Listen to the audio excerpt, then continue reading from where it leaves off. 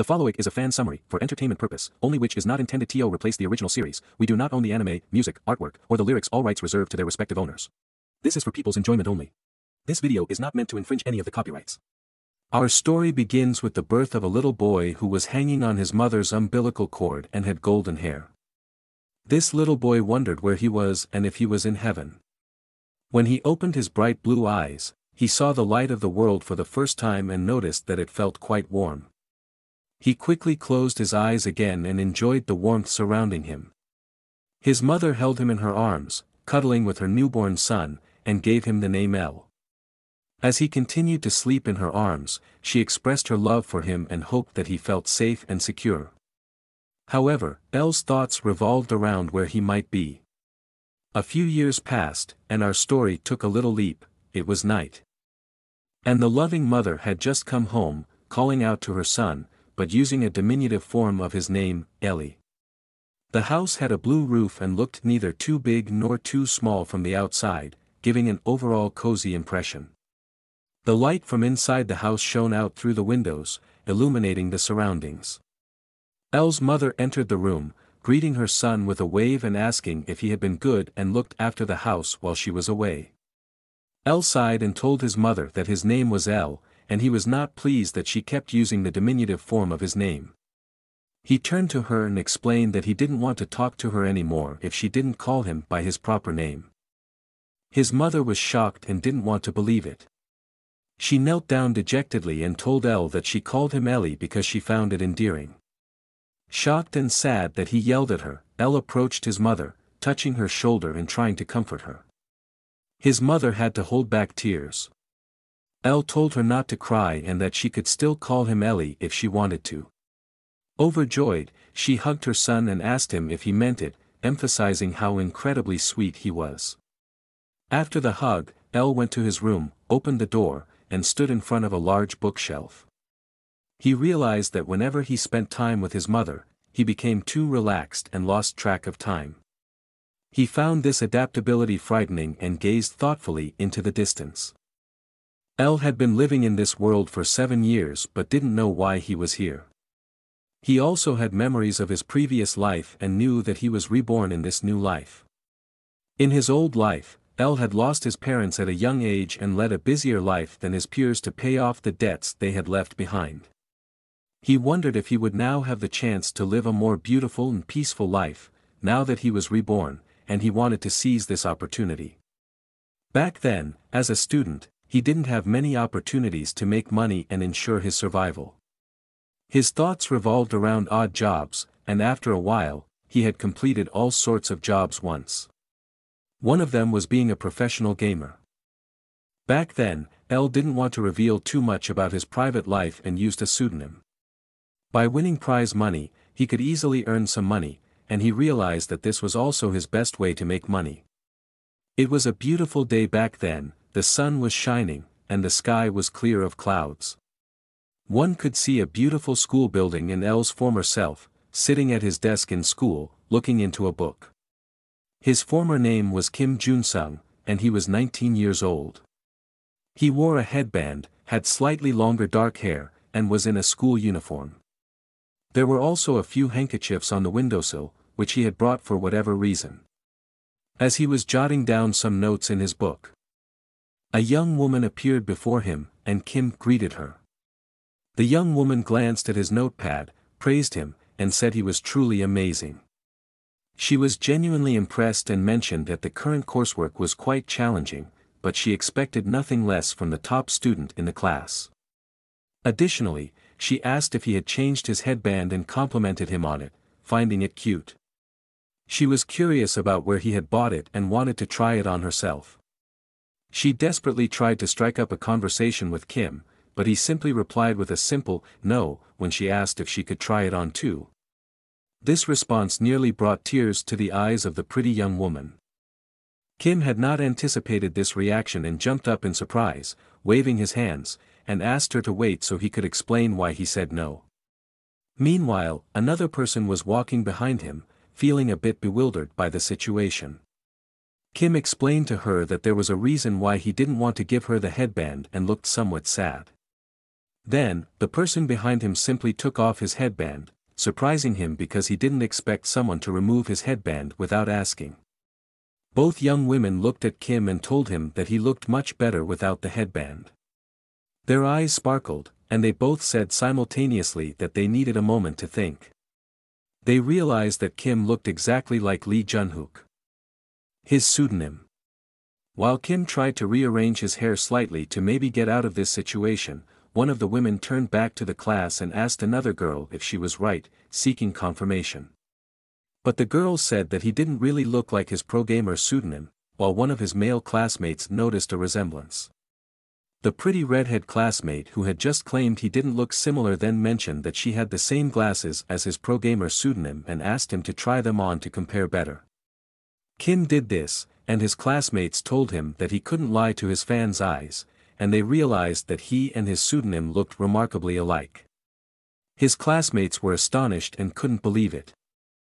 Some girls cheered, and a few male classmates recognized that they not only looked similar but were one and the same person, which naturally led to loud chatter in the class. The hearts of his female fans raced with excitement. They could hardly believe that they attended the same school and class as their idol and were surprised to discover that Lee Junhook was hiding behind the persona of Kim Junsung. Subsequently, everyone accompanied him, pestering him by expressing their plans to follow all his games or asking if he would play a game with them. Exhausted, he went to the school rooftop, seeking some peace from the classmates who had gotten on his nerves since they discovered his true identity. He sat down and pondered that he had actually wanted a quiet life and hadn't intended to make his pro-gamer career so public. The reason he wanted to keep his identity secret and become a pro-gamer with a pseudonym was that he wanted to save money quickly and didn't want too much attention. Suddenly, Shoes appeared in front of him, and his classmate with yellow hair stood before him, apologizing and saying that it was all her fault, and she hadn't expected the situation with his headband to escalate like that. Kim reassured her that everything was okay and she shouldn't blame herself but rather Mitsuchiller and Mage, who had set the whole event in motion. His classmate asked for something else besides the apology and requested a romantic date with him. Kim was already looking forward to the meal and thought that his life would finally take a turn for the better. He imagined the delicious food in his mind. However, in the end, it was futile, and he got hit by a truck Kuan. He had fought so hard to survive and lead a happy life and couldn't have foreseen that it would end in such a tragic way. At the end of his life, one thing came to his mind: in his next life, he wanted to be reborn as a wealthy person and lead a happy life. He wondered if his desperate plea had been heard. Not long after his birth, he realized he was reborn in a new world. At the age of 4, L read the books he found in the library and learned that he was born into a world with a feudal system similar to the Middle Ages, where there were ranks, classes, and noble titles. L sat once again under a tree in a shady spot, reading one of his many books, when his mother looked out of the window and told him to stop and come inside as the food was ready, and he must be hungry. It was another sunny day, and the sun shone on their cozy house. L was fascinated that this world had magicians who could use magic, knights who mastered aura, and priests who wielded the power of divine magic. There were so many fascinating things to discover in this world. However, L believed that the best part of this world in his current life was having a loving mother who cared for him. Moreover, he knew that his mother was a magician who had reached the 3rd level of magic at a young age. L's mother had lost her husband early on, which made her cherish and love her son even more. To meet her expectations, L trained diligently. As the magic formulas in this world were similar to mathematics, and he excelled in math in his previous life, he already mastered the 2nd level of magic within 7 years. Despite his limited mana, he expected no problem reaching the 3rd level in 3 years.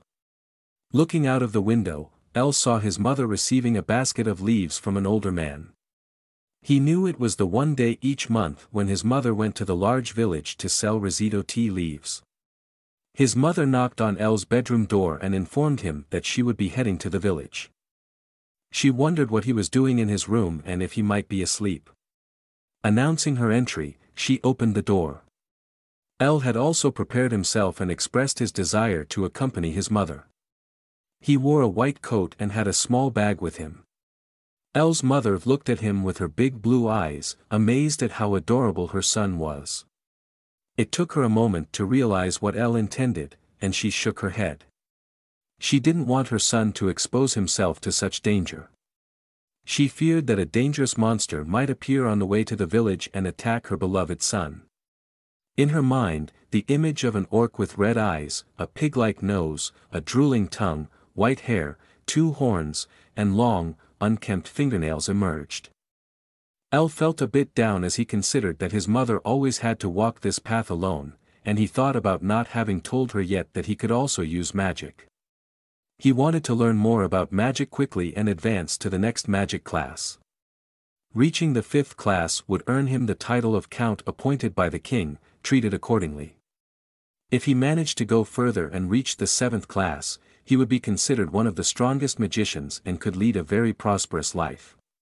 El's goal was to become the strongest and, above all, the richest magician on the continent and lead a happy life with his mother. But first, he had to start small.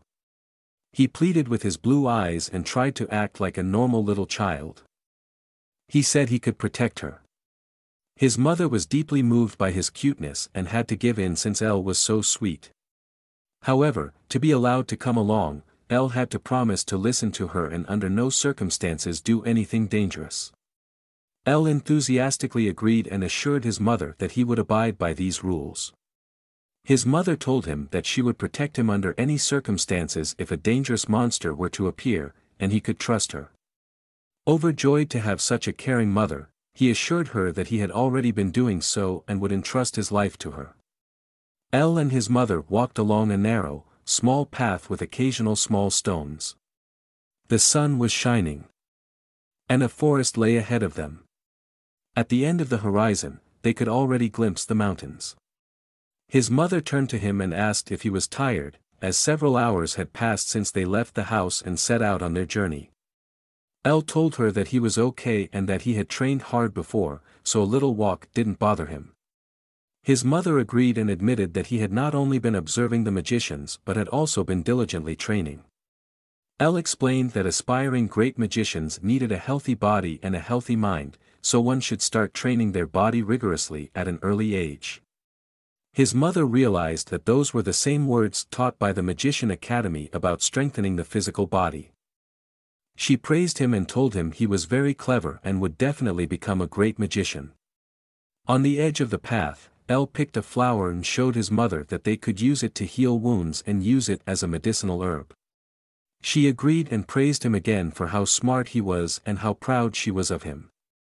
As they continued on their way to the village, they passed by a small place with a bench and a table where they could take a little break and rest. El's mother told him that she had created and placed those benches and the table when she passed by this area before. El was delighted and found this little resting spot truly fantastic. His mother asked him if he liked this place. To which El responded affirmatively. Suddenly, he noticed something and pointed with his finger in a direction. He told his mother that something was there. 3 orcs appeared and said they could smell humans and were looking forward to devouring them. El's mother also noticed that the orcs were approaching them and immediately stood protectively in front of El. She was somewhat shocked that 3 orcs were coming towards them at once. She worried that her son might be overwhelmed and frightened during this first encounter and could potentially be traumatized by it. The orcs stood directly in front of El and his mother, pointing at them. They were already eager for their meal and were hungry as they hadn't eaten for a while. One of them prepared for a fight and twirled his weapon around, creating a small gust of wind. El's mother recoiled slightly and quickly turned to El, intending to eliminate the orcs swiftly as she feared El might panic. However, El stood calmly beside her and fearlessly asked if what they were seeing was an orc, comparing them to pigs. The orcs were not pleased, instead, they were angry and somewhat bewildered, just like El's mother, who noticed that he remained remarkably calm given the situation. The orcs grew even angrier and screamed through the forest, claiming that they did not look like pigs. In response, El's mother focused on the fight, extending her hands forward and channeling some mana in them, creating a small flame that quickly grew larger. She agreed with El that there was no reason to be afraid and promised him that the orcs would not come near them. The flame continued to grow, forming into a large fireball. El's mother looked confident and strong, calling forth her magic, saying, "Fireball." El was quite amazed when he saw his mother's magic and realized that this fireball spell was a class 3 magic. The fireball grew larger and flew towards the orcs, engulfing them in flames. El's mother couldn't help but laugh when he repeated his son's words about the orcs looking like green pigs. The orcs lay on the ground in pain, realizing that the fire magic was quite terrifying, and they better run away. And so, they promptly fled, running for their lives. El was astonished and praised his mother for being strong and cool. She wanted to hear more compliments from him and asked him to say it again since she didn't quite understand him earlier. He repeated once more that she was a cool and amazing magician. His mother was very happy to receive such a nice compliment and felt a bit embarrassed. While his mother set the food on the wooden table, they continued their well-deserved break. She asked El why he wasn't afraid of the orcs. He explained that they looked like green pigs, and he had no reason to be afraid as they appeared quite funny. His mother explained that the orcs ran away because of the fire magic and their fear of it. She also warned him that there were even scarier monsters out there, so he should continue to be cautious as they moved forward. El listened attentively to his mother's advice but also enjoyed a delicious sandwich she had prepared for him before they left. She also informed him that there might be trolls nearby, known for their great regenerative abilities, making them difficult to defeat. Besides trolls, there were also ogres, rumored to be as strong and sturdy as castle walls. El asked his mother if she could easily defeat these types of monsters, and she confidently confirmed. She provided El with more information, such as the value of troll blood as a valuable potion ingredient due to its regenerative properties. As for ogres, their leather was highly valuable but challenging to obtain due to their strength. El's mind started to picture the potential earnings he could make from these materials. His mother cautioned that these monsters were rare and not easily found. But he should still be cautious. El, still enthusiastic about the money he could potentially earn, assured his mother that he would be careful. She touched her son's nose with a finger and playfully booped it, assuring him that she would always protect him, and he didn't need to be afraid because she would be there for him. She mentioned that their destination was a city called Ainhart, and it would take about 3 more days to get there. She tucked a strand of hair behind her ear and asked if he could hold out that long. El confidently said he could indeed endure it and that she shouldn't worry because he was strong. His mother praised him and thought he was cool. So, the two of them continued on their way towards Ainhart. During the night, they made a small fire and told each other stories. During the day, they leaped over obstacles like logs, stones, and rivers, enjoying their mother-son time together. The 3 days passed quickly, and as the sun rose over the mountains on the horizon, they could already see the city of Ainhart from a hill. El and his mother looked down from the hill at the city, and El was glad to have finally arrived. He gazed at the place where he wanted to take his first steps towards becoming a prosperous person. Excitedly, he looked down and beamed with happiness alongside his mother. Together, they entered the city, and for the first time, El felt as if he had been reborn into a different world. In front of him was a small, majestic fountain, and a little further ahead of the fountain stood a larger, round building with white and blue accents and a horse as its emblem. People were bustling all around the city, also appearing genuinely content. El looked around with excitement and couldn't stop marveling at everything. His mother reminded him to look straight ahead while walking and led him in the direction they needed to go. They arrived at a shop with a green roof, similar to their house. The store had a cozy ambience and bore the name Dibble Store. Its owner was a blond man with green eyes, coincidentally named Dibble. He looked cheerful, greeted El and his mother, and mentioned that he had been expecting them. El's mother replied that it had been a while and that she was also delighted to see him again. El peeked shyly from behind his mother and formed his first impression of the shop owner. Dibble looked past El's mother and asked who the little man behind her was. She hugged her son and introduced him as her son, her little reliable companion. Furthermore, she showered him with compliments, praising how smart and adorable her son was. El felt a bit uncomfortable being suddenly pulled into her arms. Dibble bent down slightly to get a closer look at El and said he was very pleased to meet him. He also mentioned that he had heard a lot about him and how brilliant he was. Suddenly, something clicked for Dibble as he observed El. Dibble looked into El's eyes and noticed that the color of his eyes was somewhat different from other children his age. Dibble felt as if El's gaze was assessing him and seeing only money. El's mother called Dibble's name, snapping him back to reality as he looked up again. Dibble apologized for being somewhat rude and lost in thought for a moment. He praised El's mother for having such a wonderful son. El's mother put her backpack on the ground and opened it, revealing many small green tea leaves that shone and sparkled. The quality of these leaves was exceptionally good for this time of year. Dibble took the backpack and examined the leaves closely. He remarked that the quality was truly astonishing and that he hadn't expected such high quality. He offered 5 more gold coins than the last time he bought from her. He also mentioned that currently, nobody else could sell such high-quality leaves as hardly anyone could achieve this level of excellence. El's mother admitted that she actually had no idea about tea leaves but thanked Dibble for his generosity. While El enthusiastically examined the books in Dibble's store, Dibble explained to his mother that nowadays he was more profitable thanks to her. He emphasized that they both benefited from each other and she need not worry if he paid her a little more sometimes. El picked up a book and pretended to read it but continued to observe the interaction between Dibble and his mother. He noticed that Dibble knew exactly how to assess the products he purchased and how to speak with his customers to build a good rapport with them. El also wanted to establish a connection with a store and realized that this store would be perfect for that purpose. His mother said her goodbyes, telling Dibble that she would see him next time. She asked her son, El, to accompany her, and he put away his book, saying he would come along. Dibble sat down in his chair and pondered. He thought about El and his eyes and how he would become a great person in the future. El and his mother continued through the city, and El asked where they were going next. His mother held up a small bag and explained that they were now on their way to the Mage Tower to sell small mana stones engraved with runes. Mana stones allowed anyone to use magic effortlessly, but these stones could only be used once. Their production was challenging, hence their high price.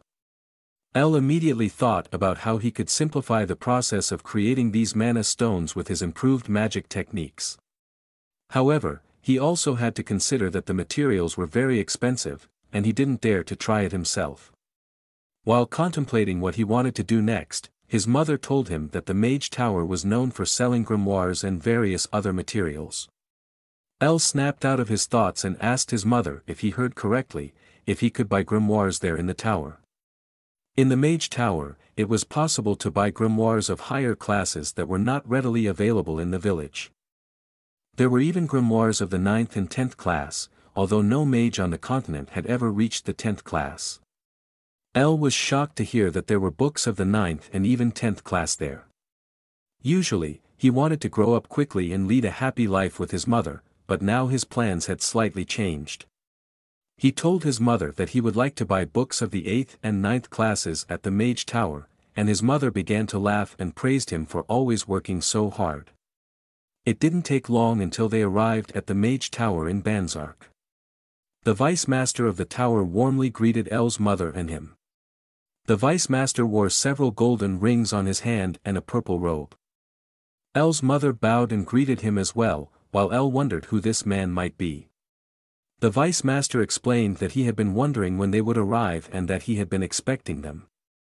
El's mother handed him an engraved mana stone, which the Vice Master examined closely. He praised El's improved skills and was impressed with the quality of the offered stone. She thanked him for the compliment. El attentively watched the Vice Master inspecting the stone. When the vice master noticed that L was listening, he asked who the child was, grabbed L by both cheeks, and almost squeezed his face together. He realized that L was his mother's son and understood why he looked so good. L didn't look very happy and didn't want to be touched by the vice master.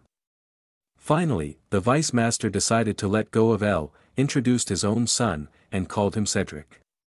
Cedric turned around, wearing a small cap and red clothing. The vice master mentioned that Cedric was 12 years old and had already mastered the first level of magic. He was visibly proud of this fact.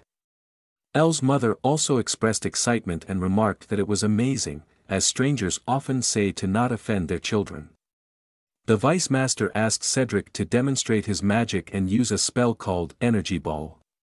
Cedric reluctantly performed the spell, but he visibly struggled to conjure something in his hand and had to exert a lot of effort. Nonetheless, L's mother was impressed and said she was looking forward to the future, believing that Cedric had a great destiny ahead. Suddenly, the vice master began making inappropriate advances towards L's mother. He said that if she submitted to him, he could teach her son the same things and that L could achieve the same as Cedric. Of course, she rejected this inappropriate offer. After being turned down, the vice master said she shouldn't take it so seriously and that it was just a joke, like someone does when they face rejection. L became angry that someone was making advances towards his loving mother and couldn't accept her rejection. Originally, L hadn't planned to showcase his abilities until he turned 10 years old. But under these circumstances, he couldn't hold back any longer. He declared that he was capable of doing the same thing Cedric had just demonstrated, which surprised everyone and turned their attention to L. Shocked, L's mother, the vice master, and Cedric looked at him. L's mother asked him what he meant by that and urged him not to lie and explain why he would say such a thing. Suddenly, a strong mana gathered around him. He stretched out his hand and cast the same energy bolt spell Cedric had shown earlier. But unlike Cedric, L wasn't as exhausted, and his energy bolt absorbed more and more mana from outside the tower, significantly enhancing his spell, making it larger. In control, L then halted the spell, astonishing the vice master and scaring Cedric. L's mother sat shocked on the floor, unable to believe what she had just seen. She immediately got up, hugged her son, and said he was the best. She asked him when he had learned it and how cool he was, showering him with many compliments. Suddenly, the two of them heard something and fell silent for a moment. Another person opened the room and entered, where all the other participants were present. This person asked loudly who had just cast and demonstrated that magic. The vice master explained that it was the tower master.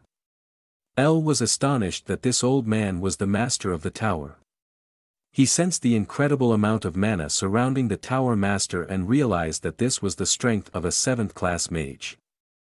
The tower master looked down at L and asked if he was the one who had just cast the magic. He referred to L as an odd little rascal, as his eyes were not typical for a child his age. L asked what the tower master meant by that. The tower master explained that a wise man could see the inner self of a person just through their eyes. L pondered over these words, the inner self of a person. Then, the tower master turned to L's mother and asked if she was the one who had brought him. She bowed and confirmed it.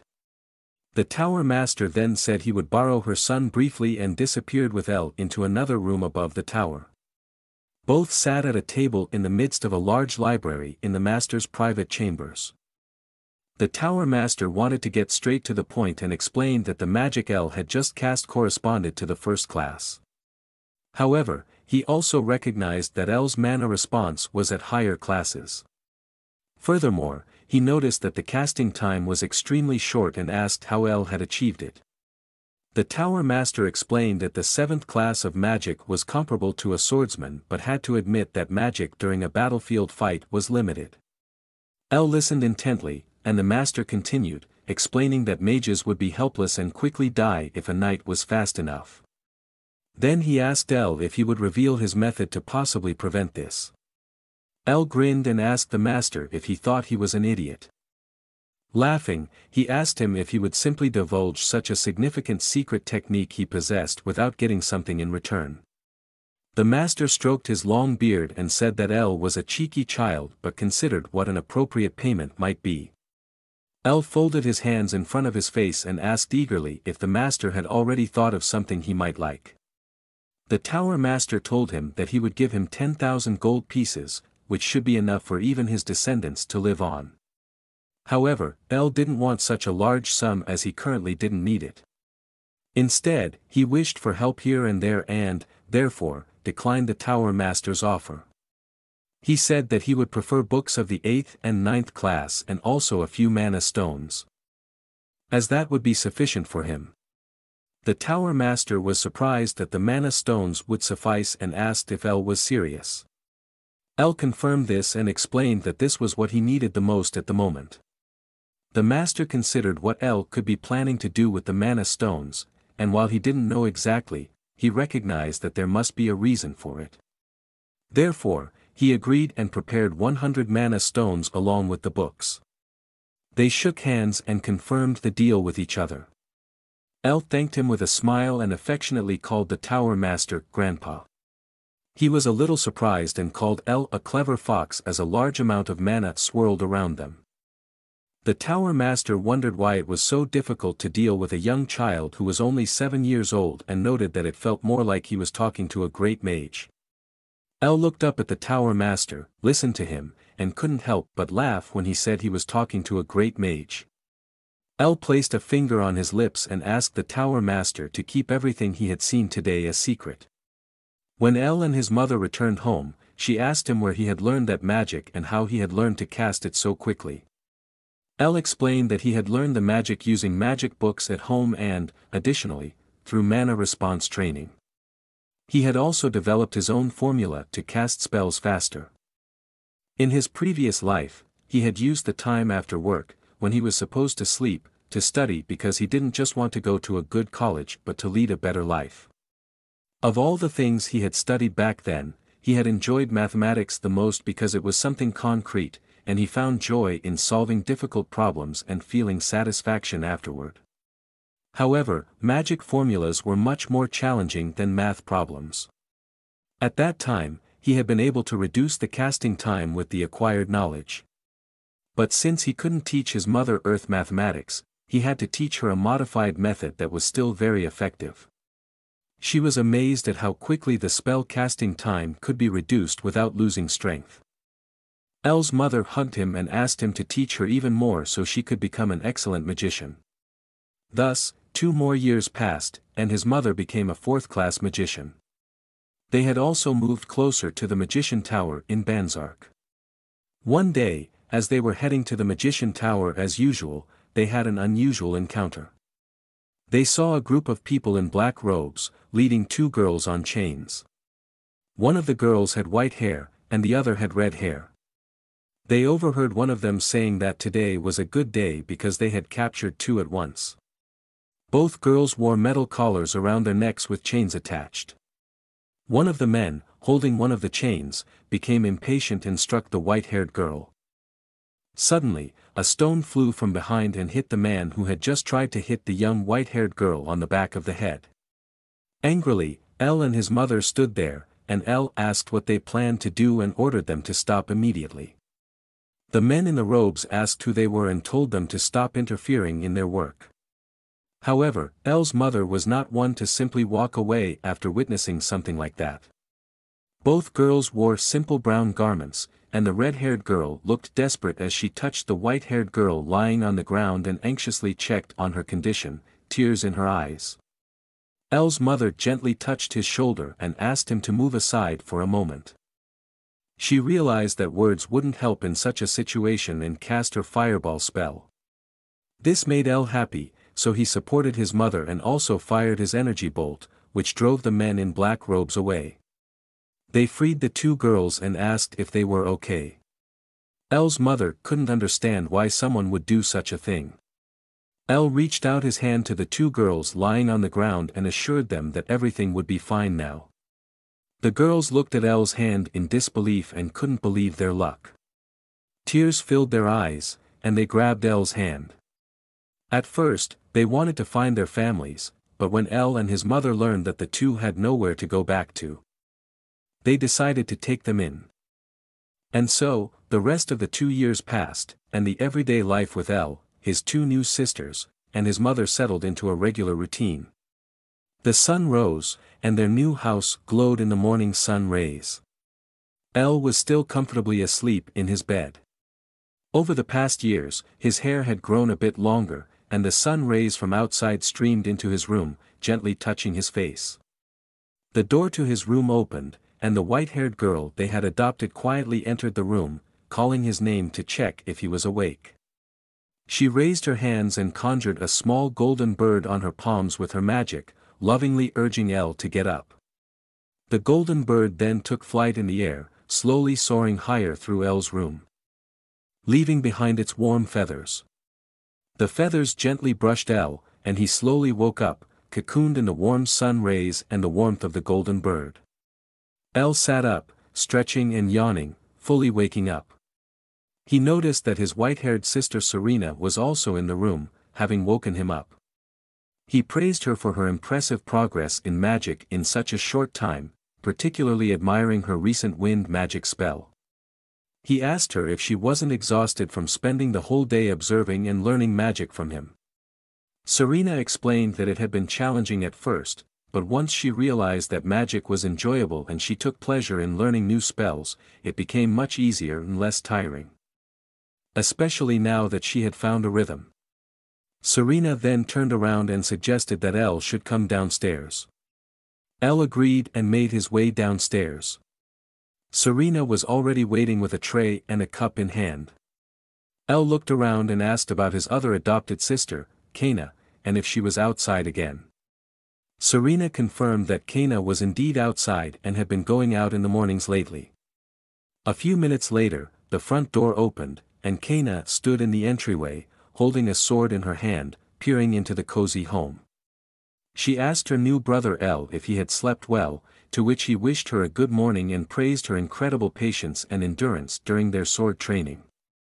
Kaina looked down at her sword and explained that she had done just that because she felt that the more she swung her sword, the better she would become and the more progress she would make.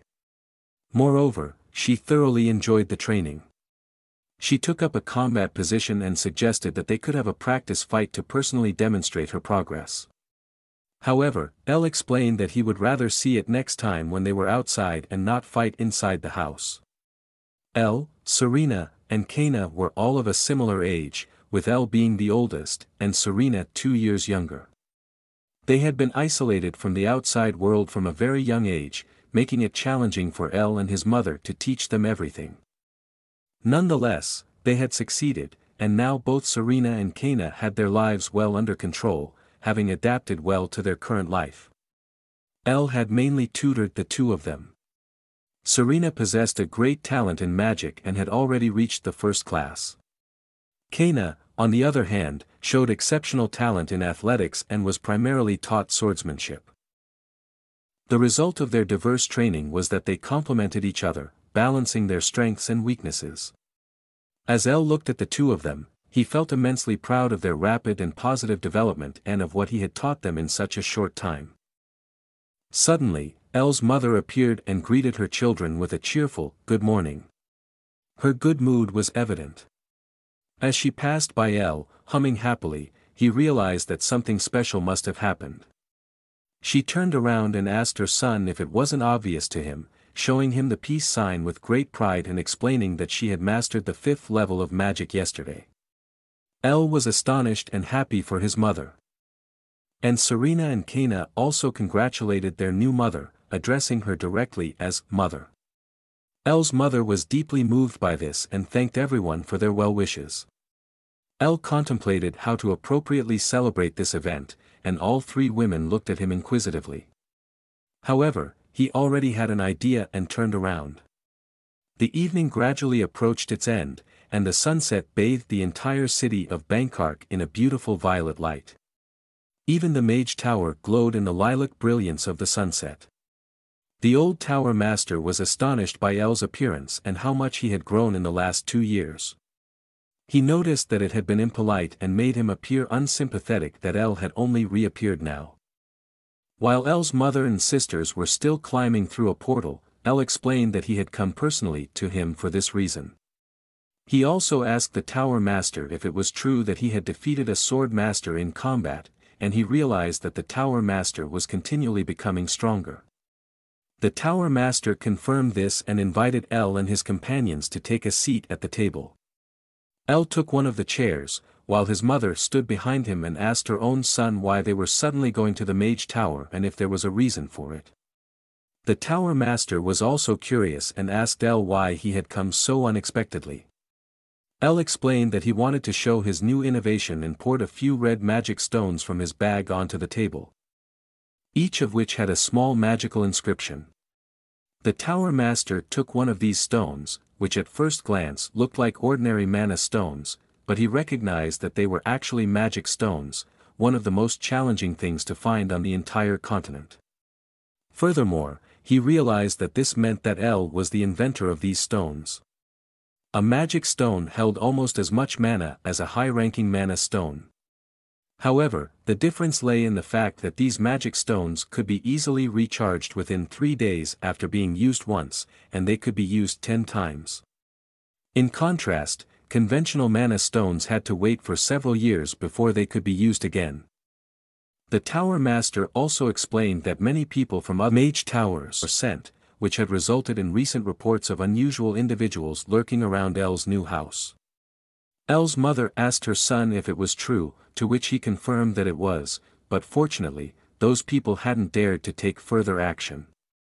Additionally, El thought that these stones would also interest the Tower Master. The Tower Master's eyes widened briefly, but then he realized that El was still a child, even though he behaved like an adult, and he asked what El wanted. El raised his hand and said that he had 4 things he wanted in exchange for handing over the production and sales rights of the magic stones to the Mage Tower. Firstly, he wanted to ensure the safety of him and his family. This would be easy since other Majorterm would learn that this tower held the rights, causing those people lurking around their house to simply give up and disappear. The Tower Master agreed and recognized that he was probably right. Secondly, El wanted sword and magic books, thinking about his 2 sisters and how excellent they were and how they needed new books. The Tower Master also agreed to this and told them that he had countless books, so they could take whatever they wanted. He asked what other conditions El had in mind. El told him that he wanted the Tower Master to show him a good inn, which puzzled the Tower Master.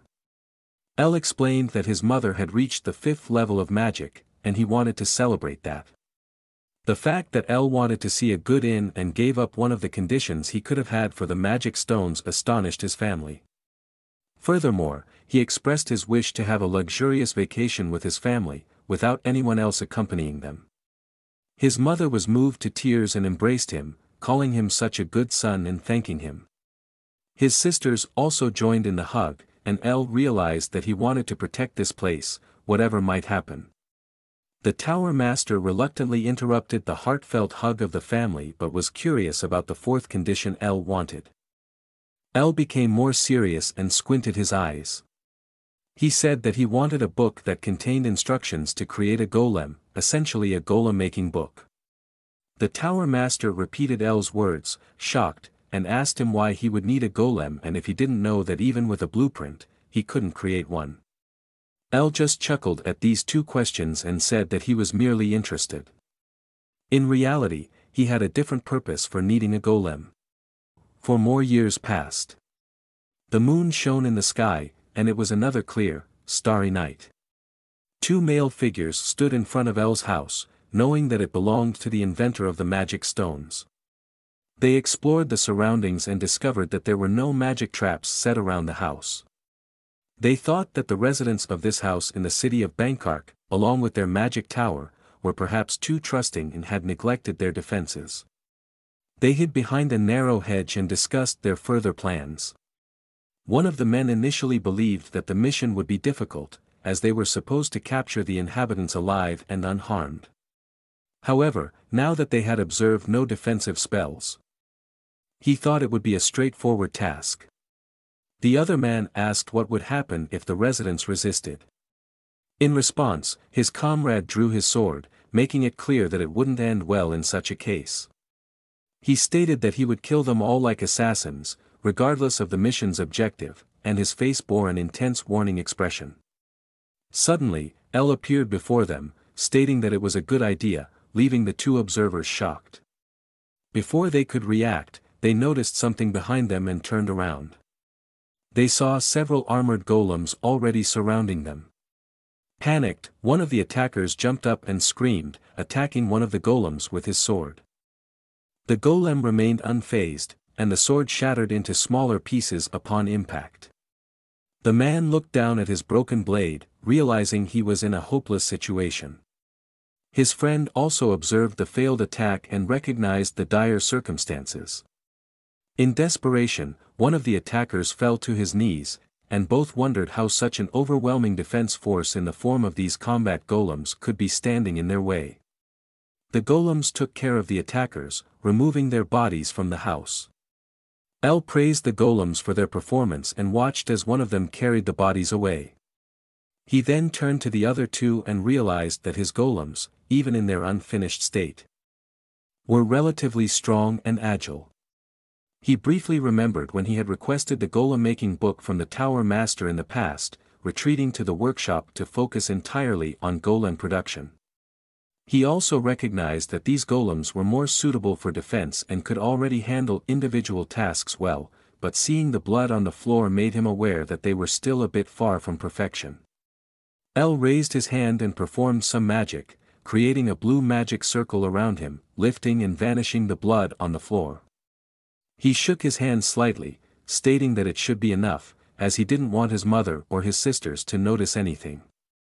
His sister was busy preparing some eggs in the pan. Getting breakfast ready. She greeted El, who thanked her for making breakfast.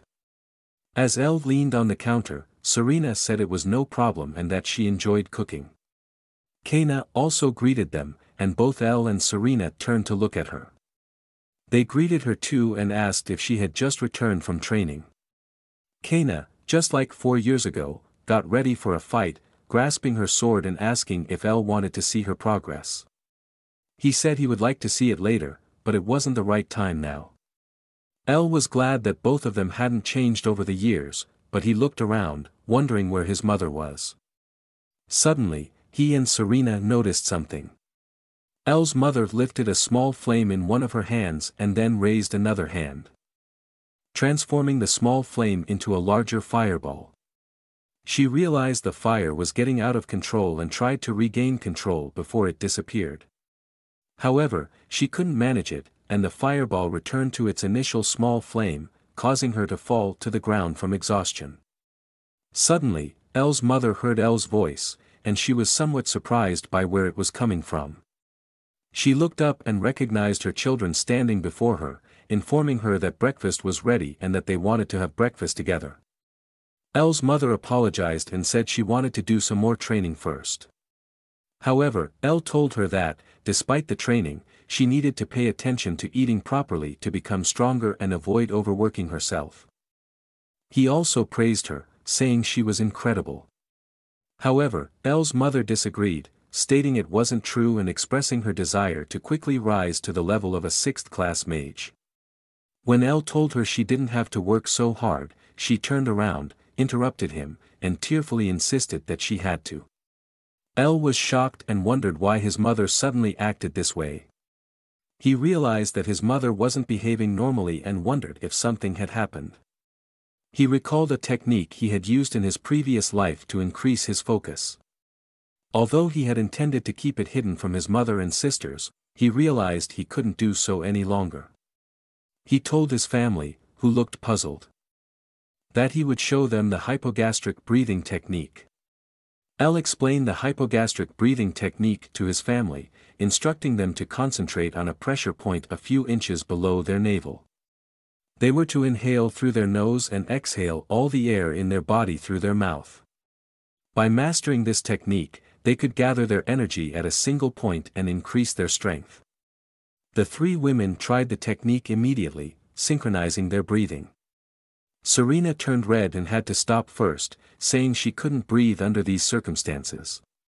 Elle advised her not to overdo it and take it slowly by breathing calmly and steadily. Kaina followed next but also had to give up, holding her stomach and saying her abdominal muscles were cramping permanently. Elle corrected her mistake, stating that she was breathing too forcefully and using too much force. Both of them lay exhausted on the floor after completing the breathing training. Serena said that she usually didn't pay much attention to her breathing and admitted that this method was very challenging to learn. Kaina agreed with her, stating that the human body and its techniques were a mystery to her, and this technique was also difficult to master. Elle's mother was still standing there, breathing calmly in and out. A bright blue mana surrounded her. Elle, Serena, and Kaina looked at their mother in astonishment, fascinated that she still had an incredible focus. Elle realized that nearby mana was gathering around his mother, and she felt her senses improving. She, too, could feel the mana slowly enveloping her, and her magic kept growing stronger. It was something she had never felt before. Suddenly, she thought about how her son, Elle, had discovered and developed all of this on his own, without the help of others. It reaffirmed her belief that he was a genius. That's why she wanted to become stronger, to create a better environment for Elle and return to a specific place that looked like a large, beautiful estate. Elle's mother suddenly opened her eyes, and the mana now gathered even more around her. It flowed slowly into her body, giving her an incredible strength unlike before. She raised her hand again and tried once more. This time, she started with a small flame, but it was much more powerful than her first attempt. She intensified the flame and effortlessly controlled a massive fireball with just one hand. Elle and his sisters continued to watch their mother's experiments, and when she transformed the fireball into various animal forms, they were even more amazed. They congratulated their mother. Serena told her that she could feel her mana had become stronger and that she had accomplished an incredible transformation. She wiped the tears from her face and said that she could definitely reach the 6th class now.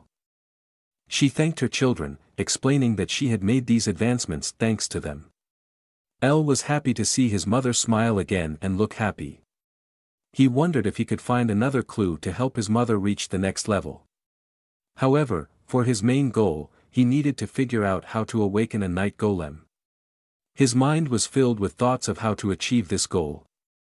He wondered if he had recognized and not ignored the change in his mother earlier, and if he had been attentive and communicated with her back then, whether it would have been possible to continue living peacefully. As Elle got lost in these thoughts, he saw the faces of his sisters Serena, Kaina, and his weeping mother.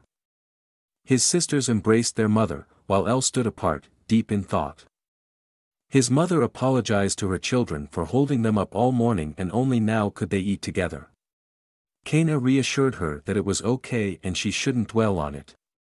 Serena also told her it was fine and what mattered more was how amazing it was that she had advanced a class. Elle's mother had tears in her eyes as she expressed her gratitude for her children being so kind and understanding. However, she couldn't help but wonder why her biological son, Elle, finished his meal and immediately retreated to his room, leaving her alone. She felt sad that Elle spent all his time locked in his research lab, working alone, and she couldn't even say anything about it. Serena and Kaina didn't know what to say to their mother. Elle sat alone in his research lab, surrounded by several books and papers. He held his head in his hand, visibly pondering the fact that creating the continent's strongest golem wasn't as easy as he thought. He knew he wanted to create a golem capable of independent thinking and action. To do this, he needed to create an ego, but that wasn't an easy task. Thought magic was on the 8th level of a mage's skill, and it was known to be one of the most challenging magic arts. Elle lay back on the floor and held a book in his hand. He understood the knowledge theoretically but couldn't apply it practically, even though he was now a 6th class mage. He wondered if it would work once he reached the 7th class. But he knew that wouldn't happen anytime soon. If he couldn't attain the enlightenment of the 7th class, he couldn't master it either.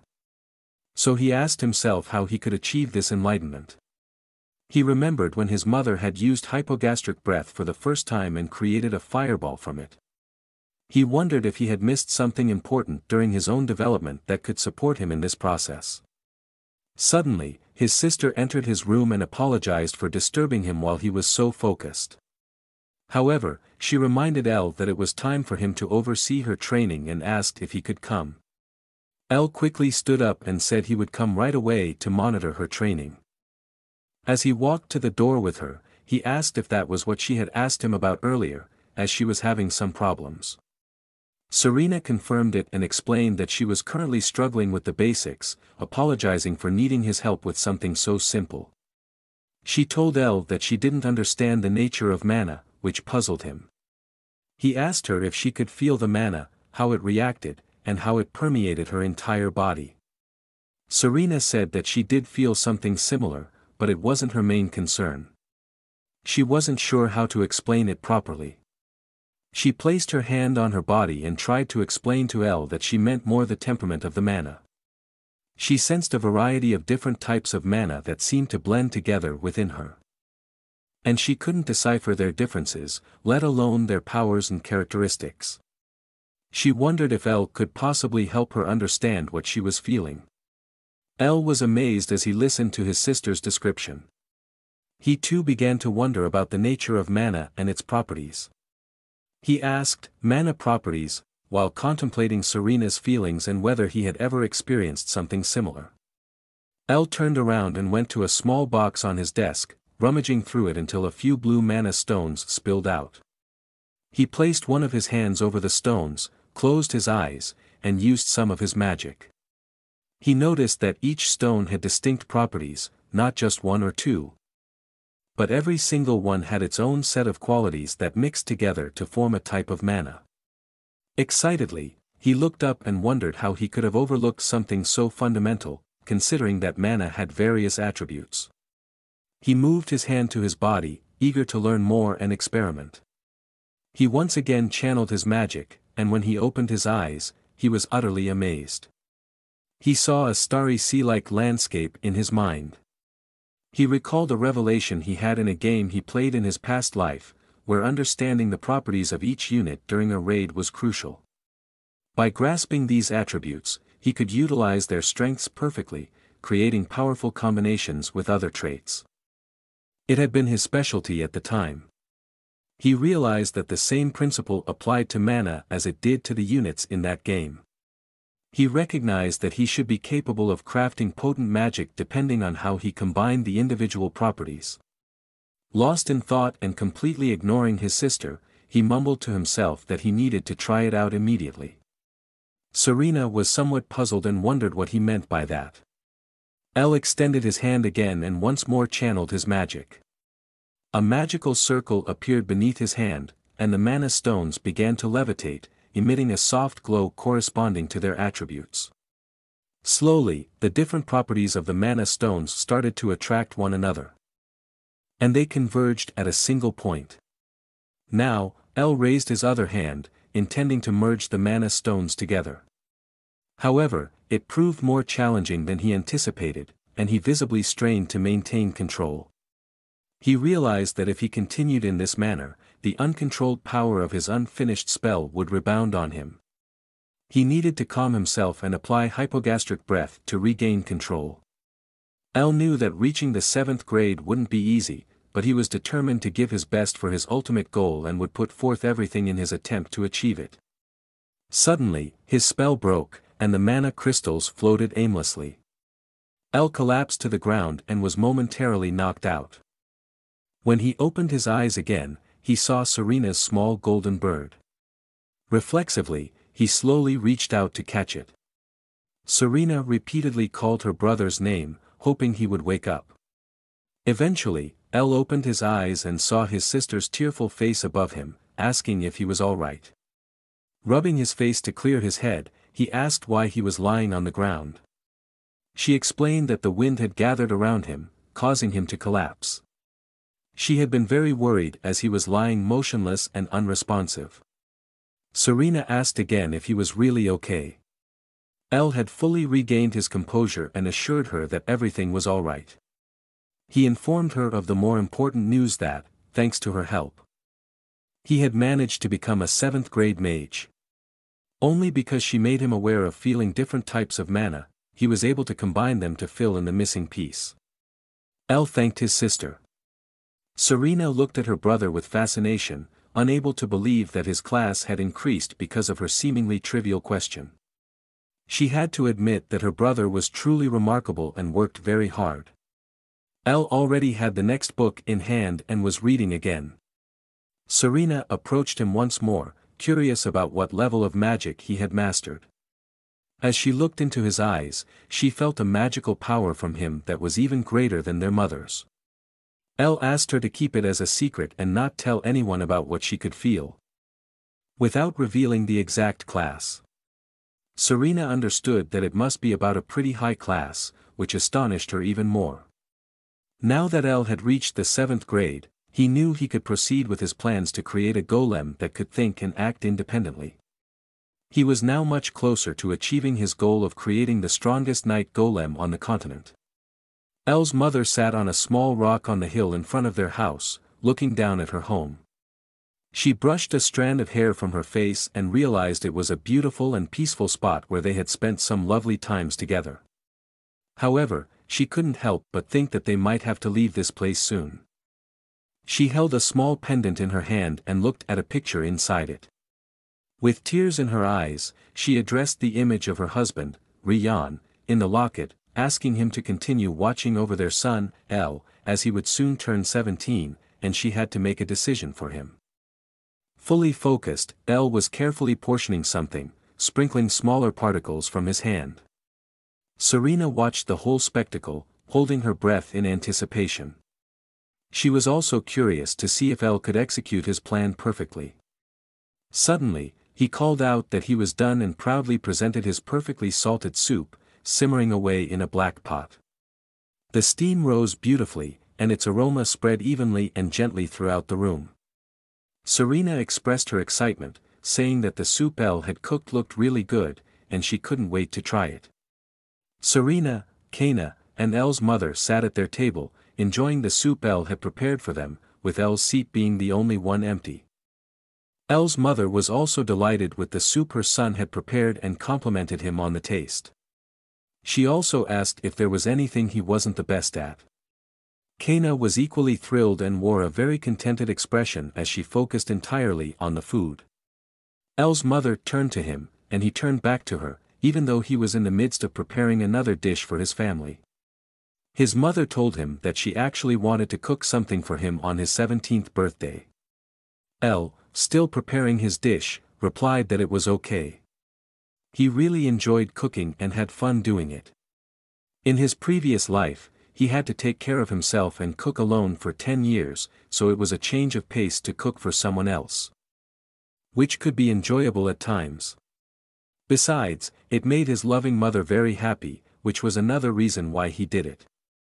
He looked genuinely happy as he told his family that the new dish was ready, and they should try it. It was fried rice with egg, beautifully presented.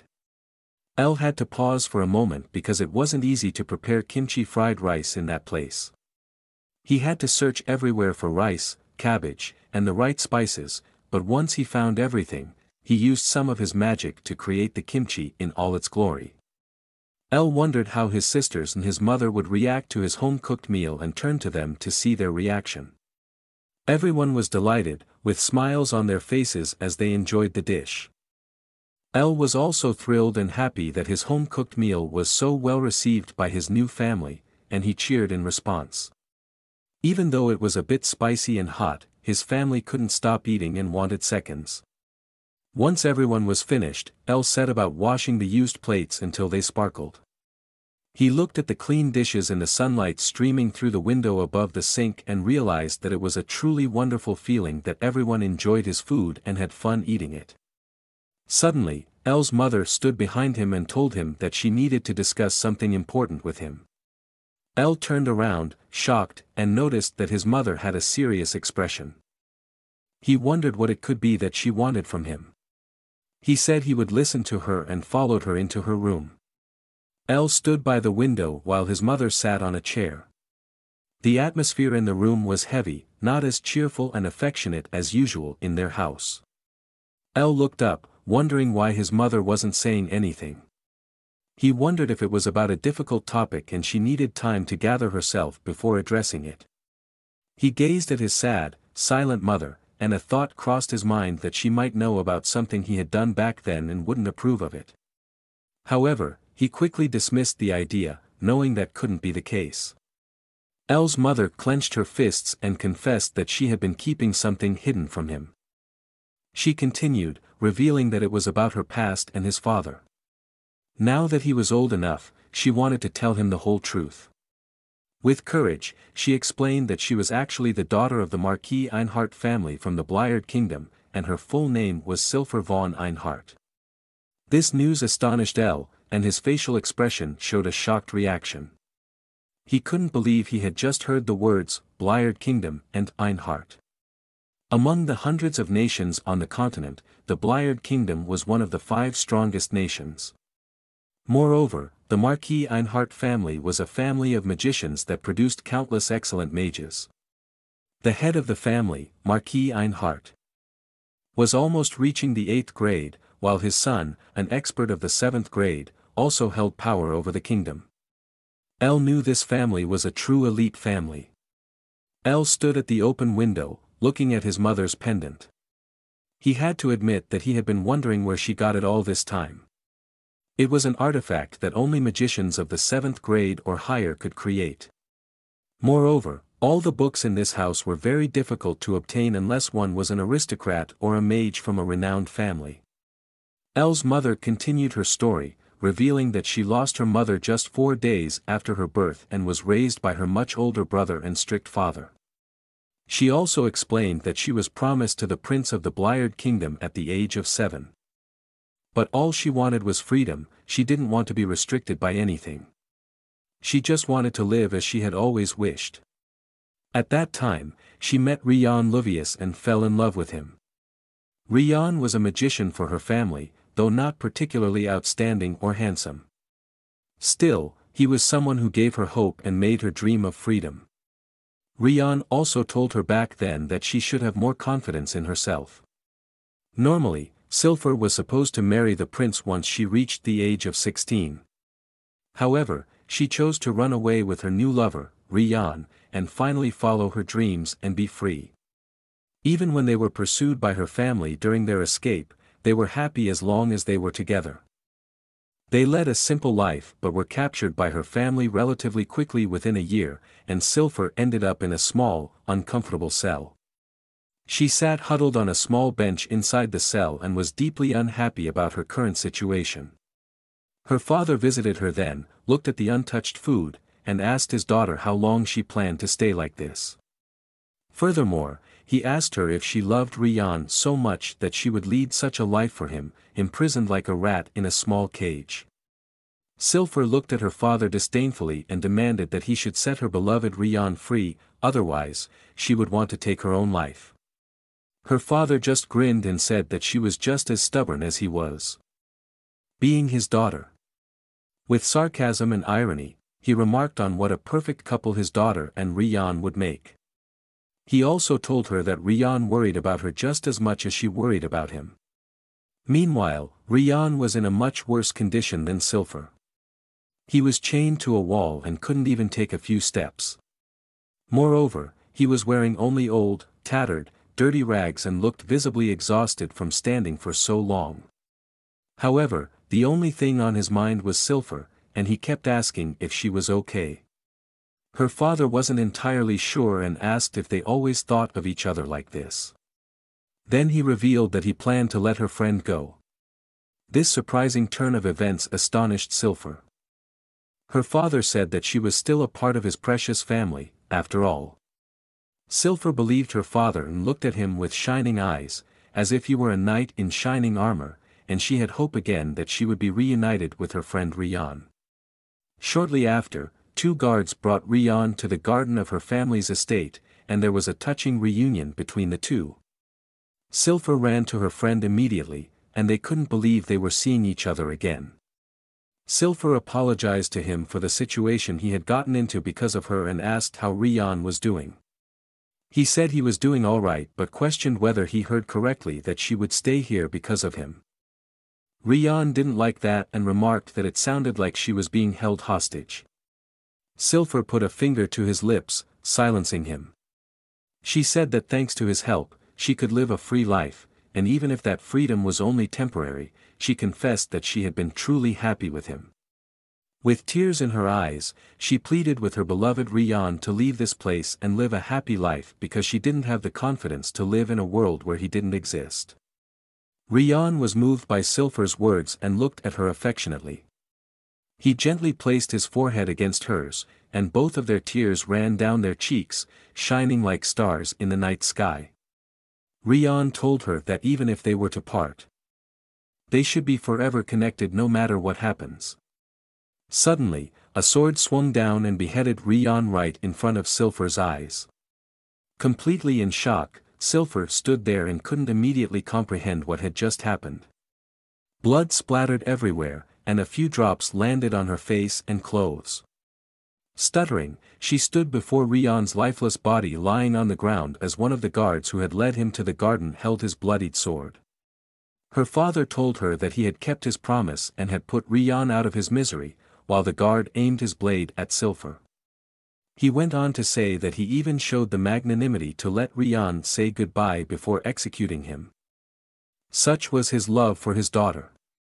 Cilfir was still in shock and didn't know which way was up or down. She simply stood there. Amid her father's screams, Cilfir fell to the ground, covering her ears to minimize the noise, and wept for her beloved Rian. She explained that the reason for all this was that Marquis Ainhart never forgave them for running away together, breaking off the engagement with the prince, and bringing shame upon the family. Elle had to process all of this and couldn't stop marveling at the revelations. With eyes wide open, he still stood by the window, looking down at his loving mother.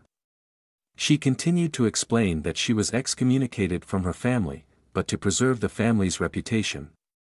Her father allowed her to live here and told her to return once she had mastered the 6th grade of magic.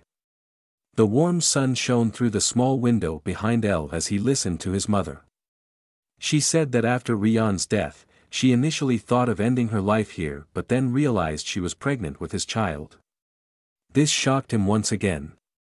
His mother went on to say that this was the greatest joy she had felt in a long time and that she wanted to do everything to make her beloved son happy.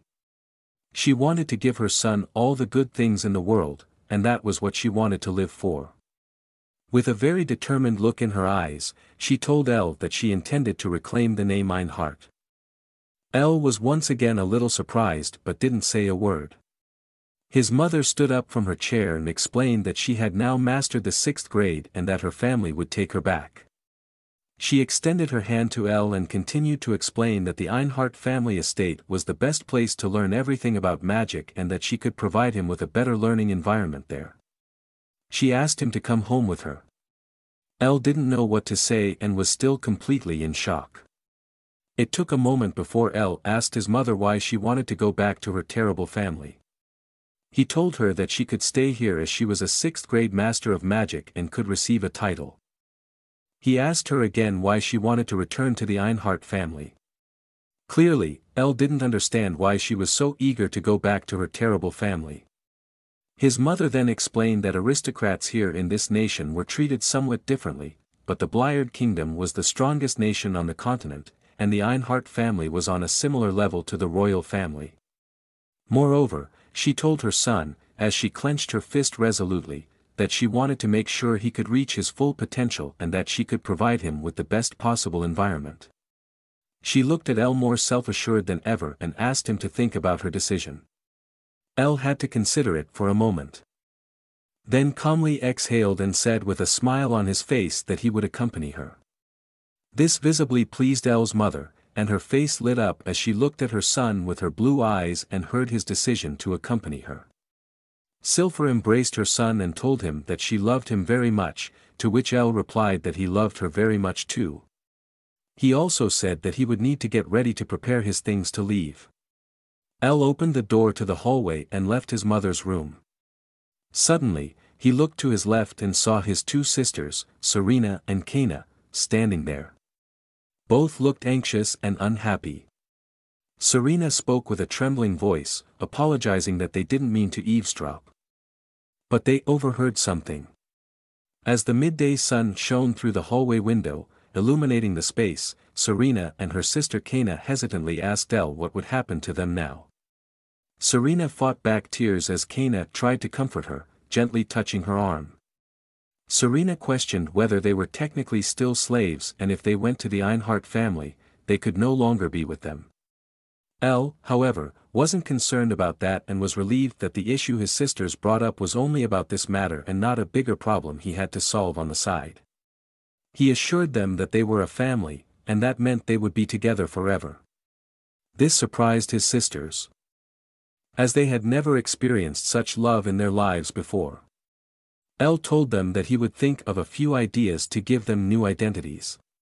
He had already come up with a couple of options, such as registering Serena and Kaina as traitors or mercenaries. He told them not to worry and not to hang their heads low. This made Serena and Kaina very happy, and with tears of joy in their eyes, the two sisters gratefully thanked their brother for being willing to do so much for them and that they wouldn't have to part from their loving new family. Elle told them that he needed to visit someone, and his mother shouldn't know about it. However, they should start packing their things and prepare for departure. His sisters agreed and promised not to tell their mother about Elle's visit to a place she shouldn't know about. Elle turned around and left with a happy expression, which he put on for the sake of his sisters.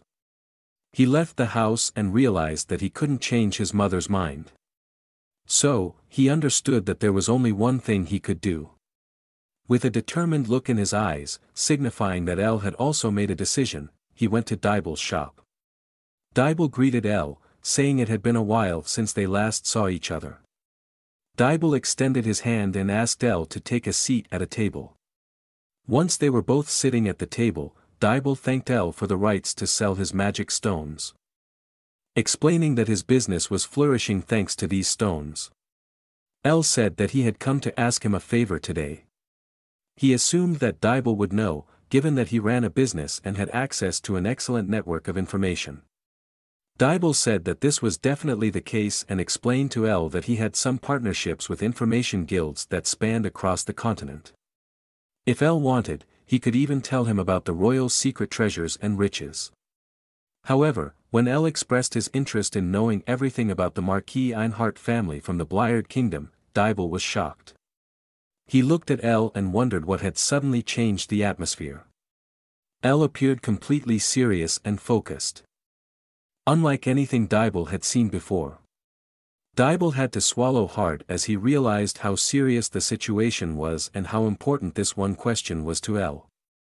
He began to tell him about the Marquis Ainhart family.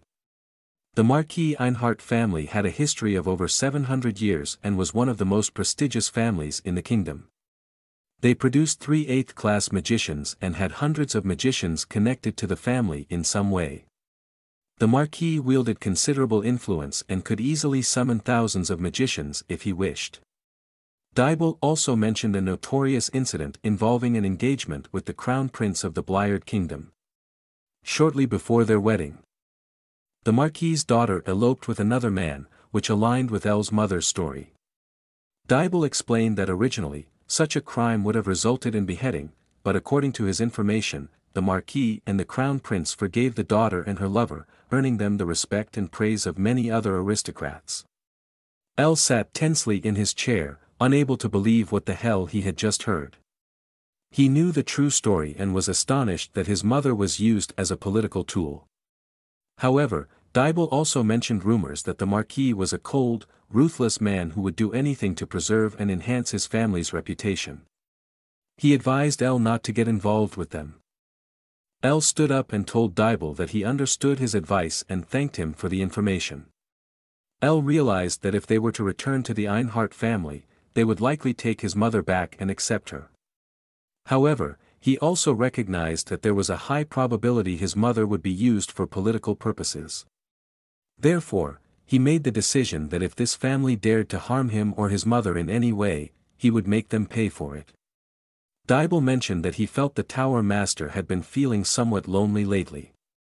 El turned around, feeling somewhat puzzled, and decided to visit his old friend at the Mage Tower. The tower master was sitting at his desk, resting his head on his hand. Contemplating that it was indeed lonely, but it was not uncommon for an old man to be forgotten at times. El stood behind him and said that was why he had come to visit him today. The tower master looked away, appearing somewhat offended.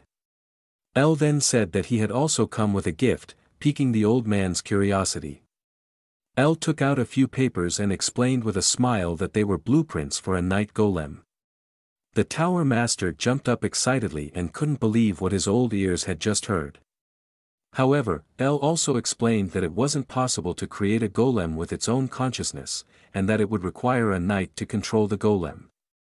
He also expressed his doubt that any magician could create a golem with its own consciousness. The tower master took the papers in his hands, pondered, and asked El if this was really the case, suggesting that he didn't entirely buy his statement. El asked what was on his mind. The tower master then said that he believed El had something else on his mind. El managed to dodge the question and said he was just exhausted from all his experiments, which the tower master believed. El was relieved that he believed the explanation, but he had to acknowledge that the tower master, despite his age, was sharp and had a keen perception, not easily fooled. He also told the old tower master that he would be leaving this place with his family soon and didn't think he would be coming back anytime soon. The master was surprised and asked why he couldn't return. He pondered for a moment and stroked his long white beard. He put El's papers aside and said that considering El's serious demeanor, something significant must be the reason. He approached El, placed his hand on his shoulder, and told him to go ahead. He was sure that with his talent, El would be able to make a name for himself across the continent one day. He looked deep into El's eyes and assured him that he would hear news about him someday. El looked touched by his master's words and thanked him for everything he had done for him so far. He promised that he would definitely visit him again someday. With the tower master's last words, stating that he would be waiting for him, the two bid farewell to each other. As night approached, the moon rose over El's family house in the night sky.